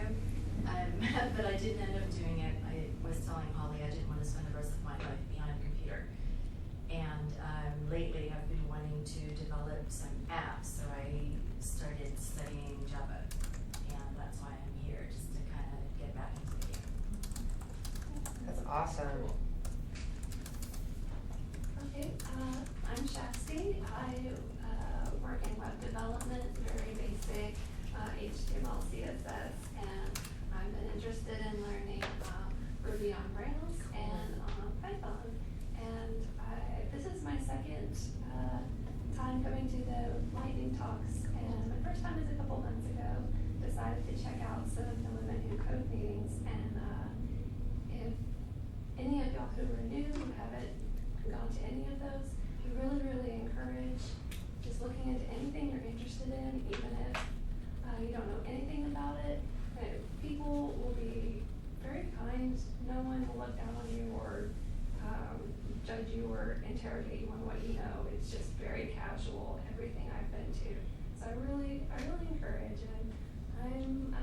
part of this group. It's great.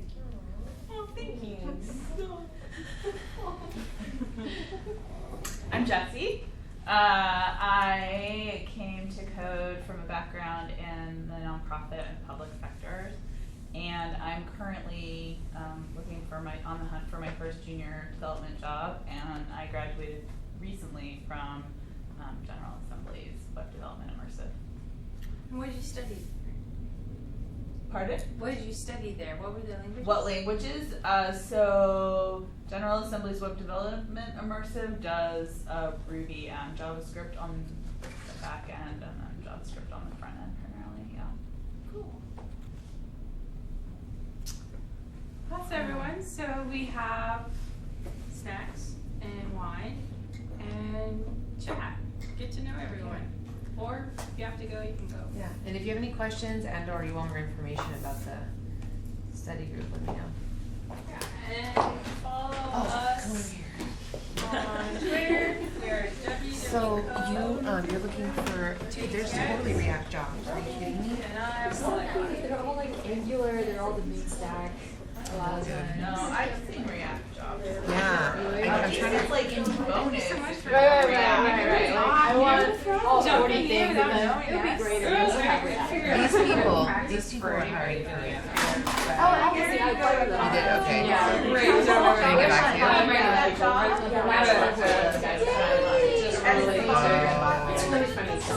Okay, cool. That was the one person I was going to do.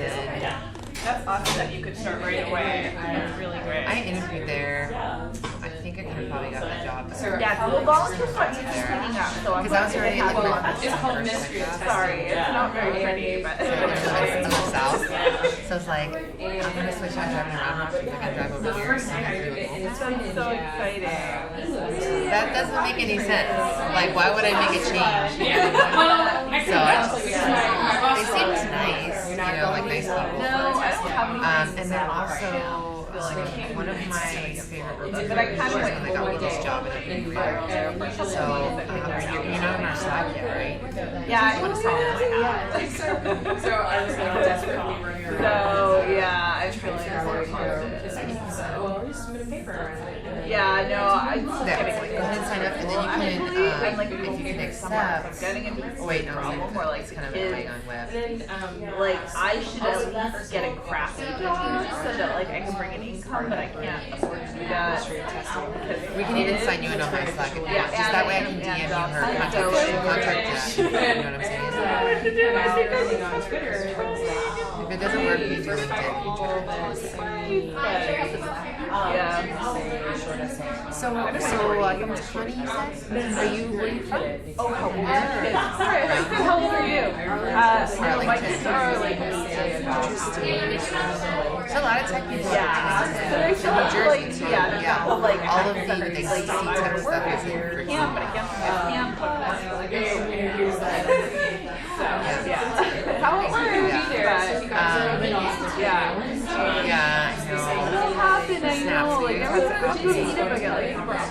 I know. No, they're like they're not like cool hip tech. They're like government tech. Yeah, so I met a lot of people from here. Yeah, I missed it last New York, but yeah. Well, I mean, kind of the way I kind of saw it when I was starting out was like, this is what I'm talking about. And like, that's like getting to the door. Because I swear, dude, like, once you get, you know, I should once you get this experience, 6 months rather than your belt, so just get that first job. Like, just get that first job. Like, you know, go in there being like, I'm going to keep conflict. So last time I had to do that, and this company is just a stepping stone because, you know, my last company was not my favorite place ever. But whatever, I'm really there. Yeah, no, it's really big and it's really social. It took me 4 months, but out of nowhere, it took probably like, she got her first job the week she graduated. You know what I mean? So everyone's super. You know we have a tech workshop, right? It was just us together. That would be my dream. Yes, but it's a huge show up. You should just show up because probably someone won't show up. But If you're that interested, if you're not, then no big deal. Thank you so much for coming. It was really nice to have you. And we hope to see you again sometime. Okay, so I'll try to, I'm on Twitter. Cool. And I'll bring Yeah, it's just a cool place to meet mostly people been and working I've asked for a couple of work stuff on there before. just because That's a new one. like I didn't really get into it. I'm kind of slacked out now because of like so many slackers. But when you actually need to communicate like quickly, some people don't realize how are on there all day long. Some people are on there just chatting all day long. And I'm like, what do you do all day? Like, I just but whatever, right? Like, I'm not hating on it, but it's a good place because you can put images and video and text. Like, she's getting on Slack, and I'm gonna send her some recruiter emails. Yeah. Well, because Okay, so you're addicted to it. So do you have any like projects you're working on your Git and stuff? yeah, but Slack's cool. Yeah, and if you don't like it, you can turn off notifications and everything. well, I guess what I hear is like when you say everybody work there, it's like Yeah. so I thought it was just for work. No. Well, since we're a nonprofit, we can access it. Because you get more things. Sure. Thanks, this was good. Yeah, I enjoyed it. And everybody, I haven't taken any classes before that during the course, so it's just Girl, I do it all day long, and it's new to me. New word. That's why I was like, I want to be your best friend. Show me how to do this.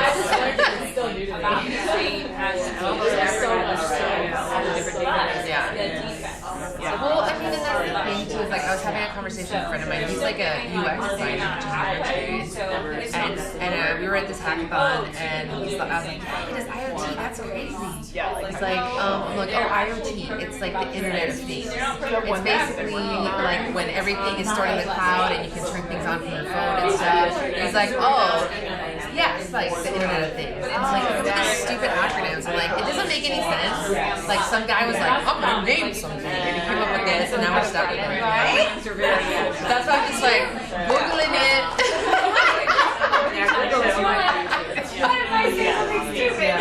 Nice to meet you. You as well. Thank you so much. Thank you. Yes, ma'am. Okay, so I just met you. So Danielle's the one that got me my current job. I like her. Who else do I like? Kelly, I like her a lot. She does contract work, but she's legit. Who else?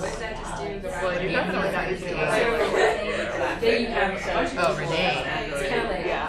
This chick got me an interview for a junior dev job. So you can like drop my name. I'm sure that they don't even know who the fuck I am, but you know, if you want.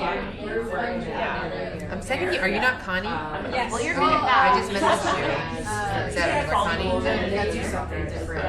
That was the only Connie that came up. I'm sorry. Like I guess I haven't really. Oh, okay. This one. Okay. Oh, that's a big one. I was like, I don't know which one. Yeah. So there you go. Well, the other Connie just got some sweet hookups to recruiters. It's a dude, it works, right? Everybody. Yeah. So these folks, I like these folks. Reach out to them, see what they say. Like I said, if you want to drop my name, but I'm not really that important. They might remember me, they might not. Yeah, they're cool. Like the one that I would rock with. Yeah, they have a lot of jobs. There's some guy from like Roxbury. Oh god, Justin is his name. Justin, dude. Yeah, this guy Justin from Austin Fraser contacts you. Do not talk to him. He's a misogynist prick. He's the one who got me the interview at the Alchemy. And he kept trying to push me into it, and when I told him I wasn't thinking about it, he hung up on me, and he was just very aggressive and rude. That's what I noticed with some of these recruiters is like, they don't even really care. Like, they're not even speaking to you. They're just like, can I make money off you? Which, you know, I feel for them, right? Everyone's trying to make $1 out of 15 cents, but like, not like that. I feel like the real good recruiters, like understands and like just like really kind of help them Yeah. out. You're gonna help them out. Well, and that's what I like about them, like Danielle, like I send her referrals all the time. Not that, necessarily that helps her, but, it's always good to have cool people, right? And then, Renee followed, so what I like about Renee and Kelly is they're professional and organized. Like they follow up with me every few months. So we'll go and like, you know what? That means it wasn't shit. No, it does. It means they're following up with their clients. Right? Yeah. Like that's what that means. Even though every time I tell them like, no, I have a job. This is They're professional without being Yeah, this is so, and this person is also on our Slack, and I really like her, but I don't know if they're hiring. So, Caitlin, I think is her name. She used to be a recruiter somewhere else, and I really like her. If like life weren't so hard and challenging, and if I was busy, we could probably be friends. But it doesn't look like they have any entry-level stuff. You're like working from remote. It's been a week so far, so 4 days, 5 days, I guess. So now I'm back like honeymoon phase. Yeah, so it's pretty good so far. I just got sneakier. I get everything done, but I might work at a faster pace. Well, maybe take like. It's nothing fancy. Yeah. But I'll have my thinking cap on because totally now that I got your right now I'm working from home, but I mean I can go to coffee shops. It's like I wake up and I get dressed. It's like I start working. Yeah, I know. It's like it's lunchtime. It's like my evening meeting. So it's kind of like you never leave. Those That's are the thing. people Like that I would really I haven't really left the If I house think of anyone else, during the day. Okay, so do you React? So I need to get This better. is where I'm at right now. Like I Get basically better. have like Go modals, for a walk. and it doesn't have any data in it because we haven't hooked up the API because we don't know how the API is supposed to connect to the database. So like we can't really implement this right now. But what I need to do is have the modal, and I have two different like HTML components that are going to go in there. Right, I have the modal component and the text that goes inside. And so I just want to do like href. You know how like in like HTML, if you're just doing HTML or like jQuery or like something that's not like a fancy JavaScript framework, Yeah, you no. can just be like href equals and like link to that page, that view. I see. I need to do that in React. It's actually pretty similar. Do you know how to do that? 'Cause I don't. If you have like components in your site, that's how you Yeah. So you can just like say On click. Right, yeah. You can load these. I have a few friends that also work from home, so we've set up like little co-working dates at coffee shops. So it's Let me check my email real quick. Find out any.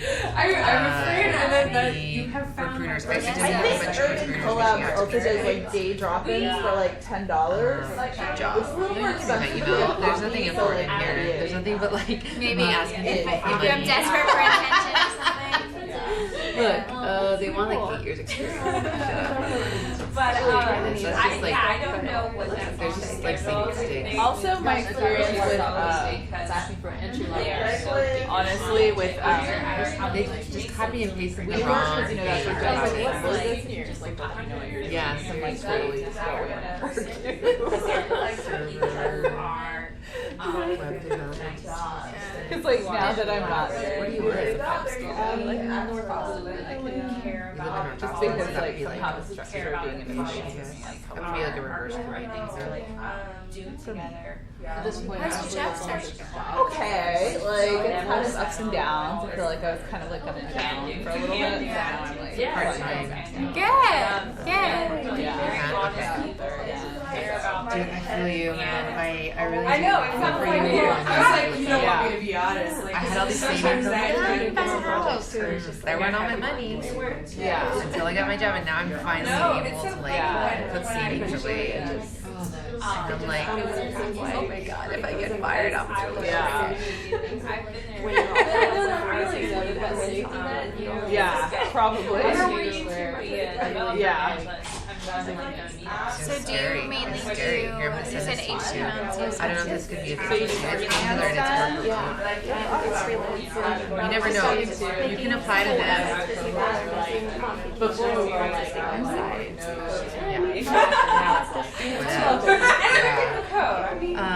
So are they helping you with your job hunting and stuff? Or not so much yet? That's awesome. I haven't met many people that are doing freelance web development. It's just nice. Like I know a lot of designers that do it, but I don't meet many like developers that do it. Okay. No, that's all I got right now. I checked on LinkedIn because these schools be like emailing me like they got like it's their job. Because it is. Make sure I know. Yeah, it was nice meeting you. Yeah, Yeah, like like, goodbye. Have a good night. Like, get connected so easy. Thanks. What is this? Customer experience. So what type of? Damn, where's this I at think though? give me a bit of introduction. I don't know what's your job or. HDL America. I think, okay, I'm always talking about for a full stack, that would be my, like, Maybe they'll have would be some. nice. You never know, My right? second level stream might be ed tech, but I honestly don't really care what the product is, or, you know, I sort of like, so, Great. because I really Lead don't development. care. If it isn't a Picture, like how creepy can you get? the environment, I mean, just for the things that people. Look, oh shit, The environment. here we are. Than, like, what This you're is you, actually working on. right here. Spoke to my boss. See that shit? Reactive to Doug's. What's on the table for the Okay, if you're interested. Like a medium size, I think. Startup would also sort of scale, right? Like not so small that like Yeah. We're not downtown. people, but like big enough that Here, you can just write print here, or actually spell things right. you know what I mean? Yeah. That's not too bad. How does And General then- Assembly and so I did- have to take You have a guide. So yeah, if you want to let Yeah. me know her name is Job post, like, Connie, really good. I mean, you her can go to email, or her LinkedIn, whatever you want to put in there.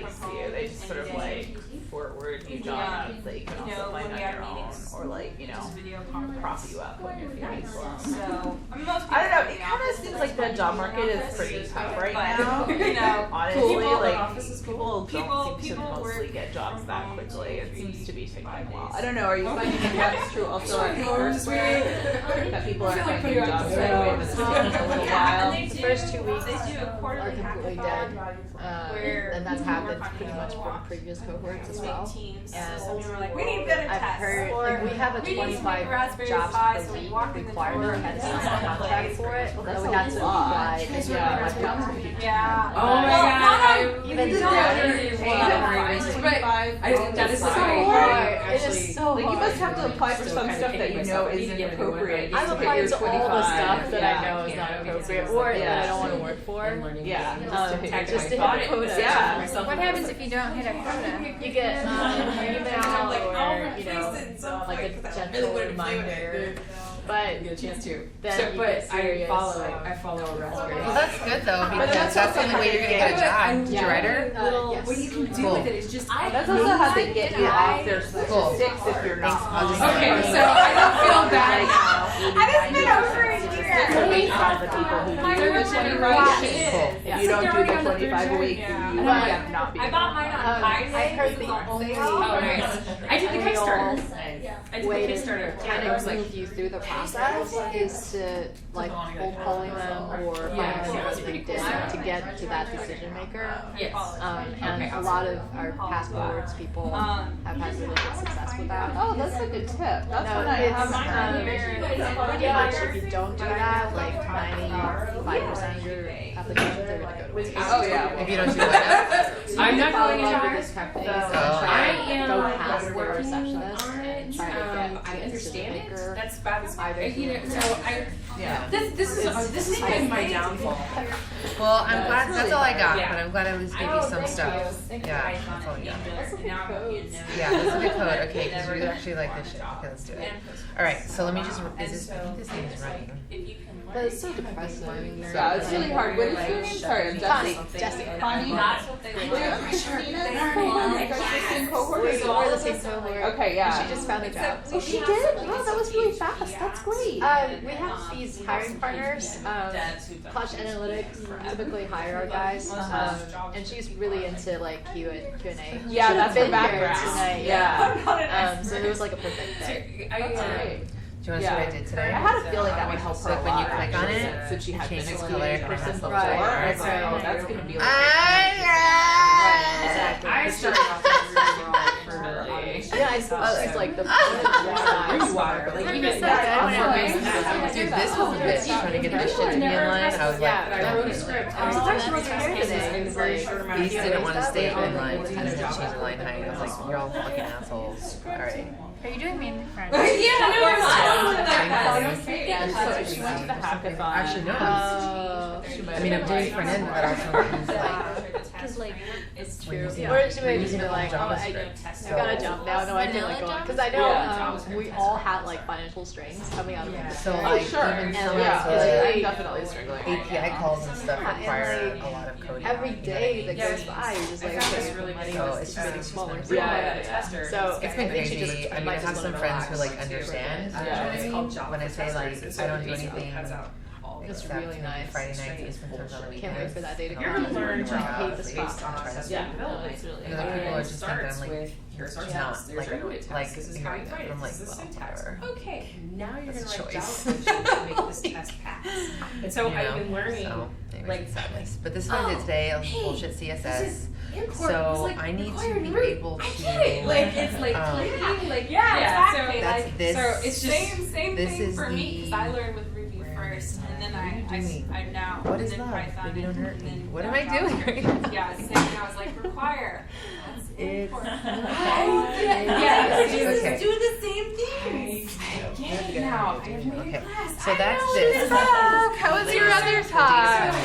Right, and I made two, and the last one. it might go better in one. I don't know because you know it might be like an if-else statement or like if not data change to this, right? But we don't have those data models set up yet, so I just need to like go from one to the other. You know what I'm saying? Yeah. So that's step one. Step two is this guy. Yeah, definitely. This is once you select your plan, right? And then step three, once you start purchase, is gonna be like I'm on thank you. women's They're all going in the same line. I just, it's the same exact thing, I just need to be like, you know, testing community. We have click, Slack and stuff, and you're you constantly know, click on upgrade, go to this, click on this, go to thank you. Yeah. I'm watching So what try I acceptance and integration and unit tests forever. And the function list on that, right? So if you ever want to program with me at a coffee shop, Sure, like if you know the syntax, I can tell you what to test for. I mean, that would be awesome. I just need something to help me because testing, just the idea of testing, I'm like still figuring it out. Yeah, no, I see it. I've never seen Ember either, And I so was I So like inside of this guy, This is how I find mentors. I'm like, I will buy you tacos and wine. inside of this, or inside of like the component. So in your constructor, yeah, this that state, right? So you can just add a state and you can call it whatever. Do you live in Set it Florida, to false, Yeah. I could go and then Austin. Is that close? then Oh, that's what he's saying, close modal, open modal, like that, or what? I'm a mentor. Or right here, this dot state, you're saying this? Okay. I like Epoch. I go, Yeah. so either one of those, like either location, like Anderson Lane, So so it's easier for a data, lot of people. Modal. Yeah, I said go to Anderson Lane, set it to Hancock, false. almost every Tuesday. You want to eliminate it when from like a function. Oh, nice. See, so there you go. So, yeah, no, that would be awesome. 'Cause Alright. the whole purpose of So me then getting when you fire off that different, function, after you you know, some display, really different people. you set the state back That up, is state. and then down here in the return statement, Have circles of friends. Right here, this is that render. Or whatever. so the render is right just here. say, I will Click. display the data. What are you doing Wait, the Thursday modal night? was the thing? Or something? Thus far, This is the click, right, the click already oh, so you're saying add into that? That's good. The click Yeah, right here, and modal here's, are totally separate. no, but there's it multiple was ones great. on it. Thank you very much for your presentation. See what I'm saying? That was awesome. I'm See, like, these are like the everybody same, on this is the same. Skype channel is like, tell us how Yeah. it goes. Like my boss is even like tomorrow. I left for lunch today and was like, did you learn like this tonight? So Man, this is come what on, you're sit saying. down. Instead of here, it's gonna be this dot. Bye, thank you again so much. No, you have to Bye, Mika, it's so nice to see you, have a good night. I hopefully we can There's do. that payment modal, is what you're saying. I don't think you can do set state. You just gotta Yeah, that's my work from home day, so that's either valuable work stuff. you're gonna need to do this at set state Basically what I into did a is function. curve So over, like on click, you fire off the function, and the function says this is at set state, and your settings this state to like Oh, you're talking about like this. Okay. Yeah, Okay. Yeah, so I was like, okay, if I have a set day, I only take So one day it's a over week. here. Good. Alright, that's what you're saying. So then it's gonna be. So the Western Anderson Lane, in the middle of it. Yeah, and so then over here you're gonna say is dot How are you? How'd it go? And I was like, I got it right in the middle of it. just like that. and you need to find it. At the end of it, I'll like tester.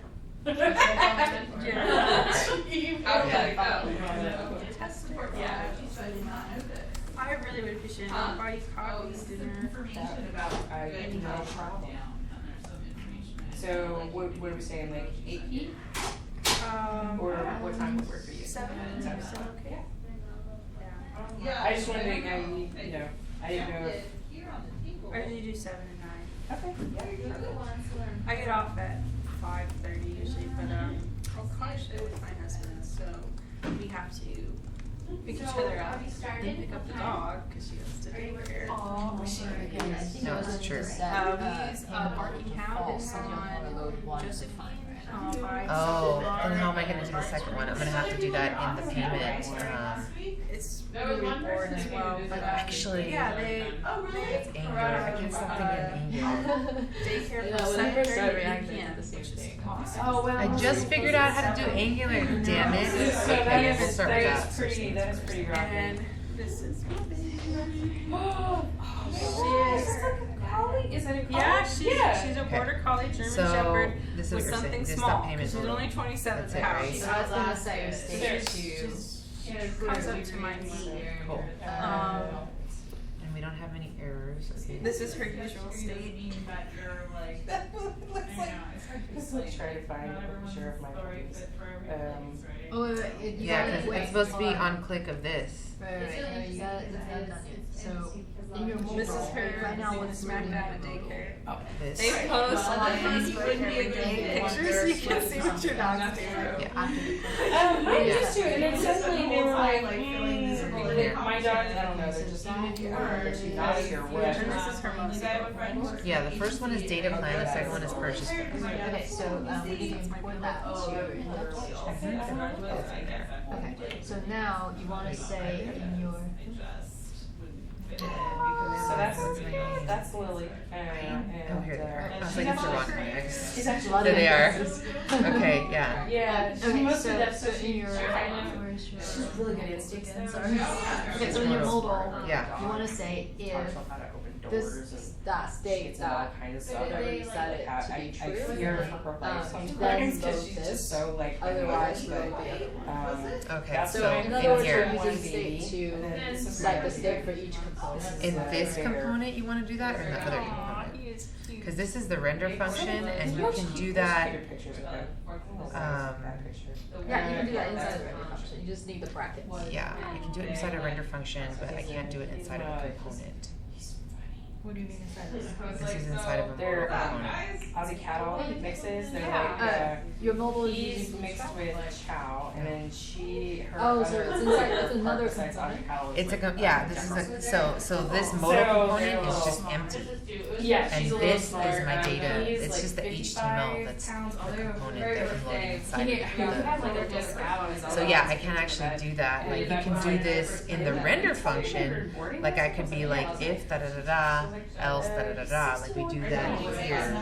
Usually they lose keyboarding, and I'm like, Because, See, we can do this. have to watch. This is like you can do stuff like this.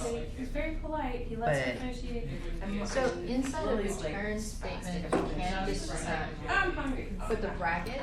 That's my Inside best of the statement. Okay. The only thing is you can't write out if, because You're gonna be it gone has all to be an day, so I'm not gonna expression, so you use just that use matter. memory. Okay. And then finally like around 8 p.m. So then you I want guess to about say. gone for a couple hours, so you're not exact going anywhere. So So you now want to say. and she's like, I'm starving, feed me more. Yeah, when I So first this got out stuff of the in town, it was mobile. like I had That's the that thing. these metal bowls. It's my dog. Okay, that's the state, right? She punishes me by not eating her food.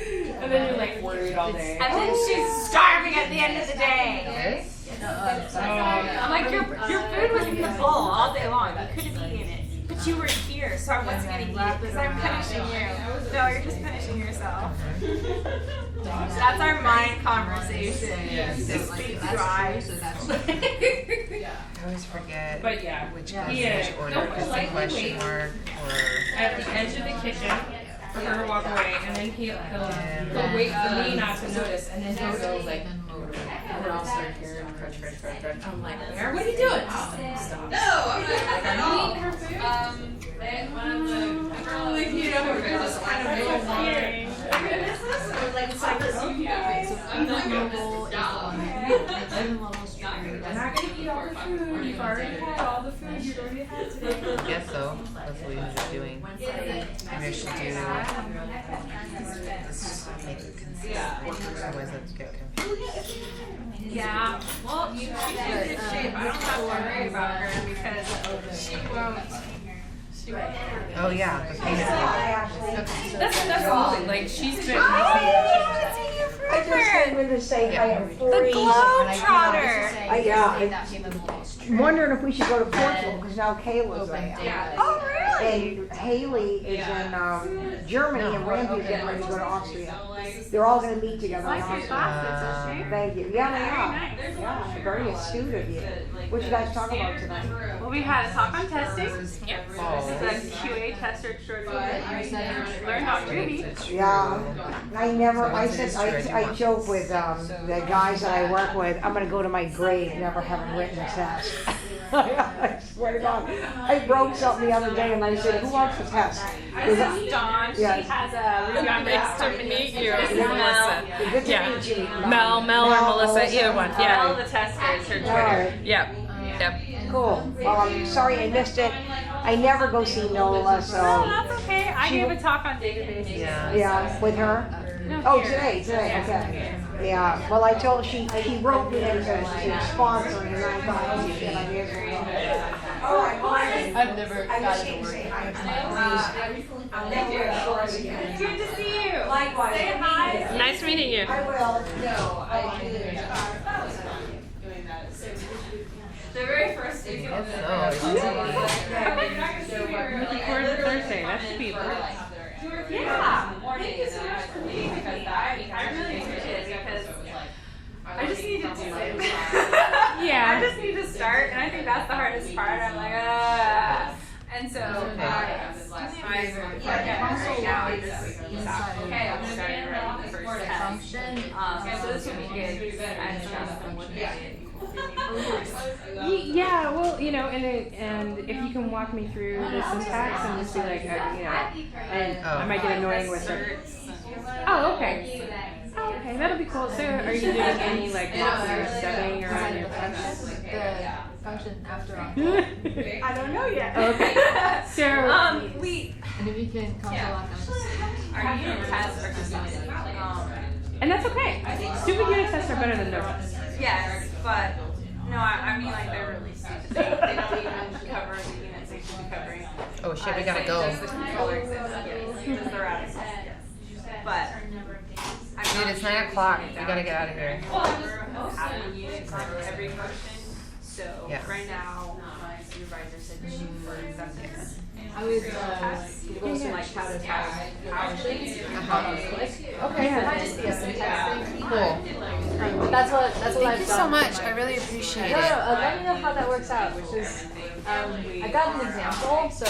Cool. Well, yeah, if you have a link or an example or you want to get together next Wednesday, Yeah, definitely. So, let me know what because. I can come out with is Takes like me out of job search, I'm there, especially. Well, it's next Wednesday at like 6-ish at the Galaxy Cafe. not write the syntax, but like You know, you can find me on Slack, just like message me and should we friends. Right. I'll do that. Yeah, Thank you so much for your help. You're so sweet. I appreciate You it. know, if you click this button, this appears on the page. Awesome. You know, like Thank even you. that stuff would be helpful. Yeah, and if you have any trying to help help to too. remind you out because I think I have to write this code. Awesome. Yeah, actually, So, well, you probably can't, but yeah, I was like, oh, that's proprietary, Melissa, you can't ask that. But Yeah, no, if we sit down and look at it, you'd probably be surprised at, we'll probably do more pseudocode kind of stuff first. Okay, and then I can hand it off to you and you can put it in however you want, but, that's how I. Yeah, thanks for coming. Very small, like, And best of luck on your job search. Everyone, yes, thank you. Active record. I'm so, did you see Michelle Dawson Rock? I know, she got a job. I interviewed for that job, and I bombed the interview, so I was really glad she got it. So it's like, even if I hadn't bombed the interview, she would have gotten it over. She's been looking She interviewed with them like 6 months ago or something. She's been looking for like So, 7 I know. months. She's been looking for a long time. Have you wow. That's that's very Yeah. Yeah. Yeah. But the more exclusively intro level. Oh, that's a backends little are bit. yeah, That's very rare. Mostly you're gonna find front end. Yeah. So I think that has something to do with it. But then she's been interviewing a lot. So anyway, Yeah. it's like, she would have gotten it over no matter what. I was more positive because she had a history with the company. So if they wanted her, they would have, wanted her. So.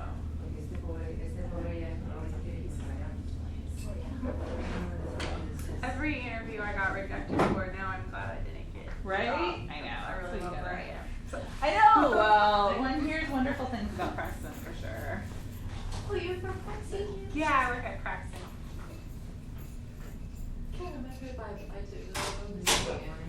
So Praxton is cool? Praxton is really, really cool. I know that they have job open online, but they're not really looking. They're just like, yeah, it's a great person applied. I'm like, you don't know if you're on the other side, how that feels to apply. Because every week we see the number and it's like, 80 people applied to the JavaScript job and we interviewed one. And I'm like, why do you have it up there? They're looking for Hey Scrum guys, Masters projects and right now. Wow. But kind Flew of by looking for really fast. JavaScript. to know though. But if you do happen to get interview with them, they're awesome. What school did you go to? Bakersfield. Yeah, so I worked through Bakersfield's career office as an alumni, and that's how I got the interview with them. They hired like 3 JavaScript people in February, so we all started boom, 1 week after the other. And then they were like, okay, now we need project managers. And I was like, I'm just telling all my friends to apply. But they're pretty small. I mean, that's the truth. They probably don't hire a ton of people all at once. No. They really wanted to grow this year, and now they're like, okay, now we need project managers, and we have developers, and we need to take on more projects. That's why they're a good company, because they're doing sensible growth. So like. They are. Yeah. They are not funded. They are completely bootstrapped. They have no debt. They grow. Oh, dang, really? Year after year. That's really I know, impressive. it's really It started by a guy in high school. He started building websites, and he's my age. Like, how many guys who start building websites in high school actually end up with a successful company when they're in their No, 30s? he is very Like, smart, and yeah. he studied computer science in college. Realized he didn't like the computer science part; he liked the business part. So then he went to business school. Oh, smart. See, that's why. But yeah, but he comes around and he'll be like, "What are you working on? Show me what you're working on." Wow. See, that makes super impressive. the best CEOs because we have Bye, guys. See you Bye. If they understand what you're doing, it's a little bit easier to explain where the hangups are versus like some of the problems we've had is like people use too many buzzwords. Okay, I don't need any other wine. I'm not drinking right now. Anybody want to take wine home? I try and give it all away before I leave. Okay. There's half a glass of wine. Do you need these packed up in the box? Yeah. And a ton of it. Wow, nobody wanted wine tonight.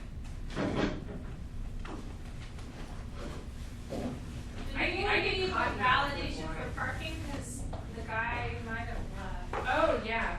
Do we? That would be great. He's still here.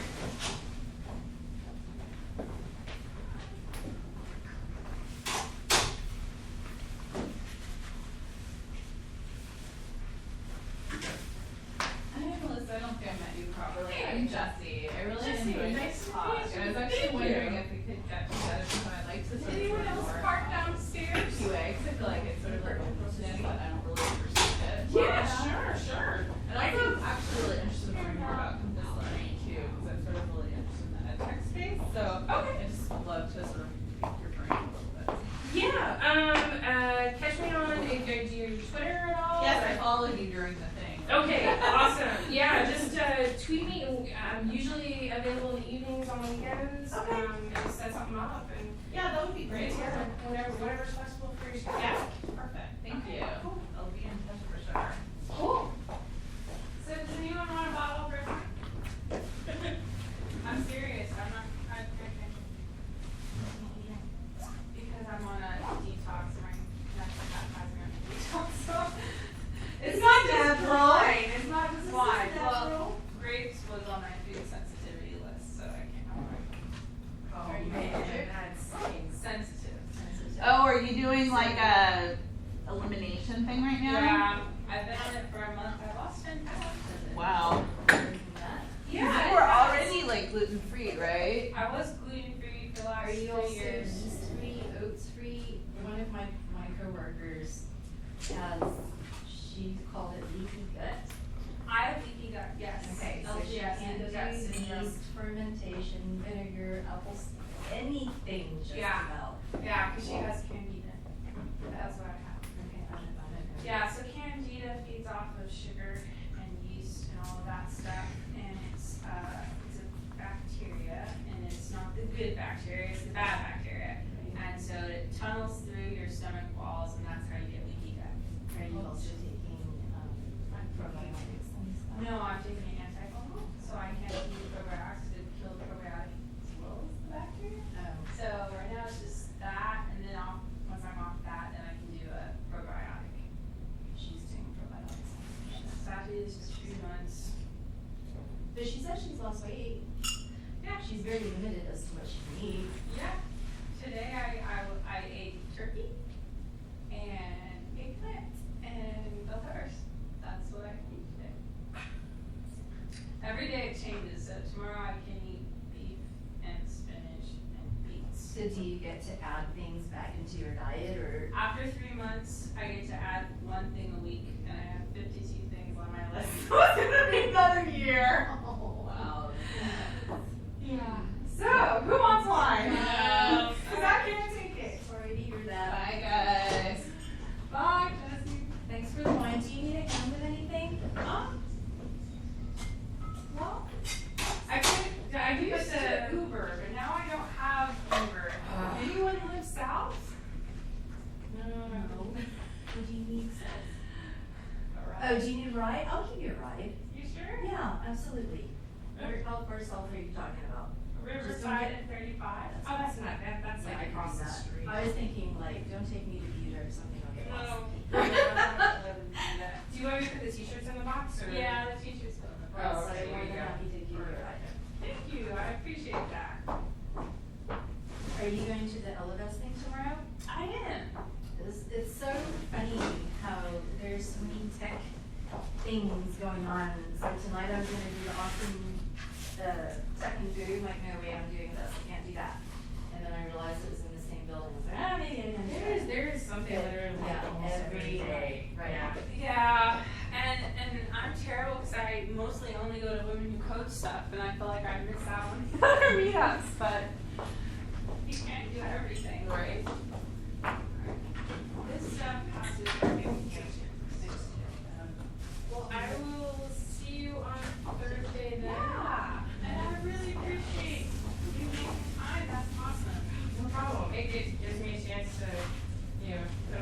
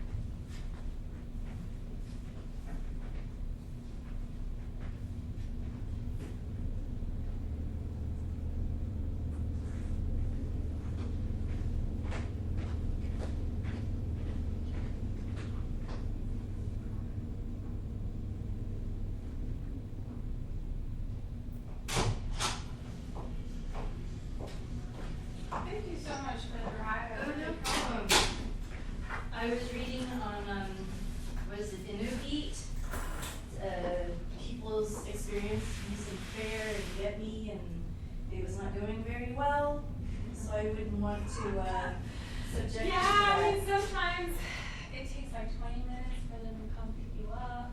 Oh, what they were saying was that the app crashed on them and disappeared. Oh yeah, the Fair app has been terrible because I will select and then it will be spinning for like 3 minutes and then it will say error and crash.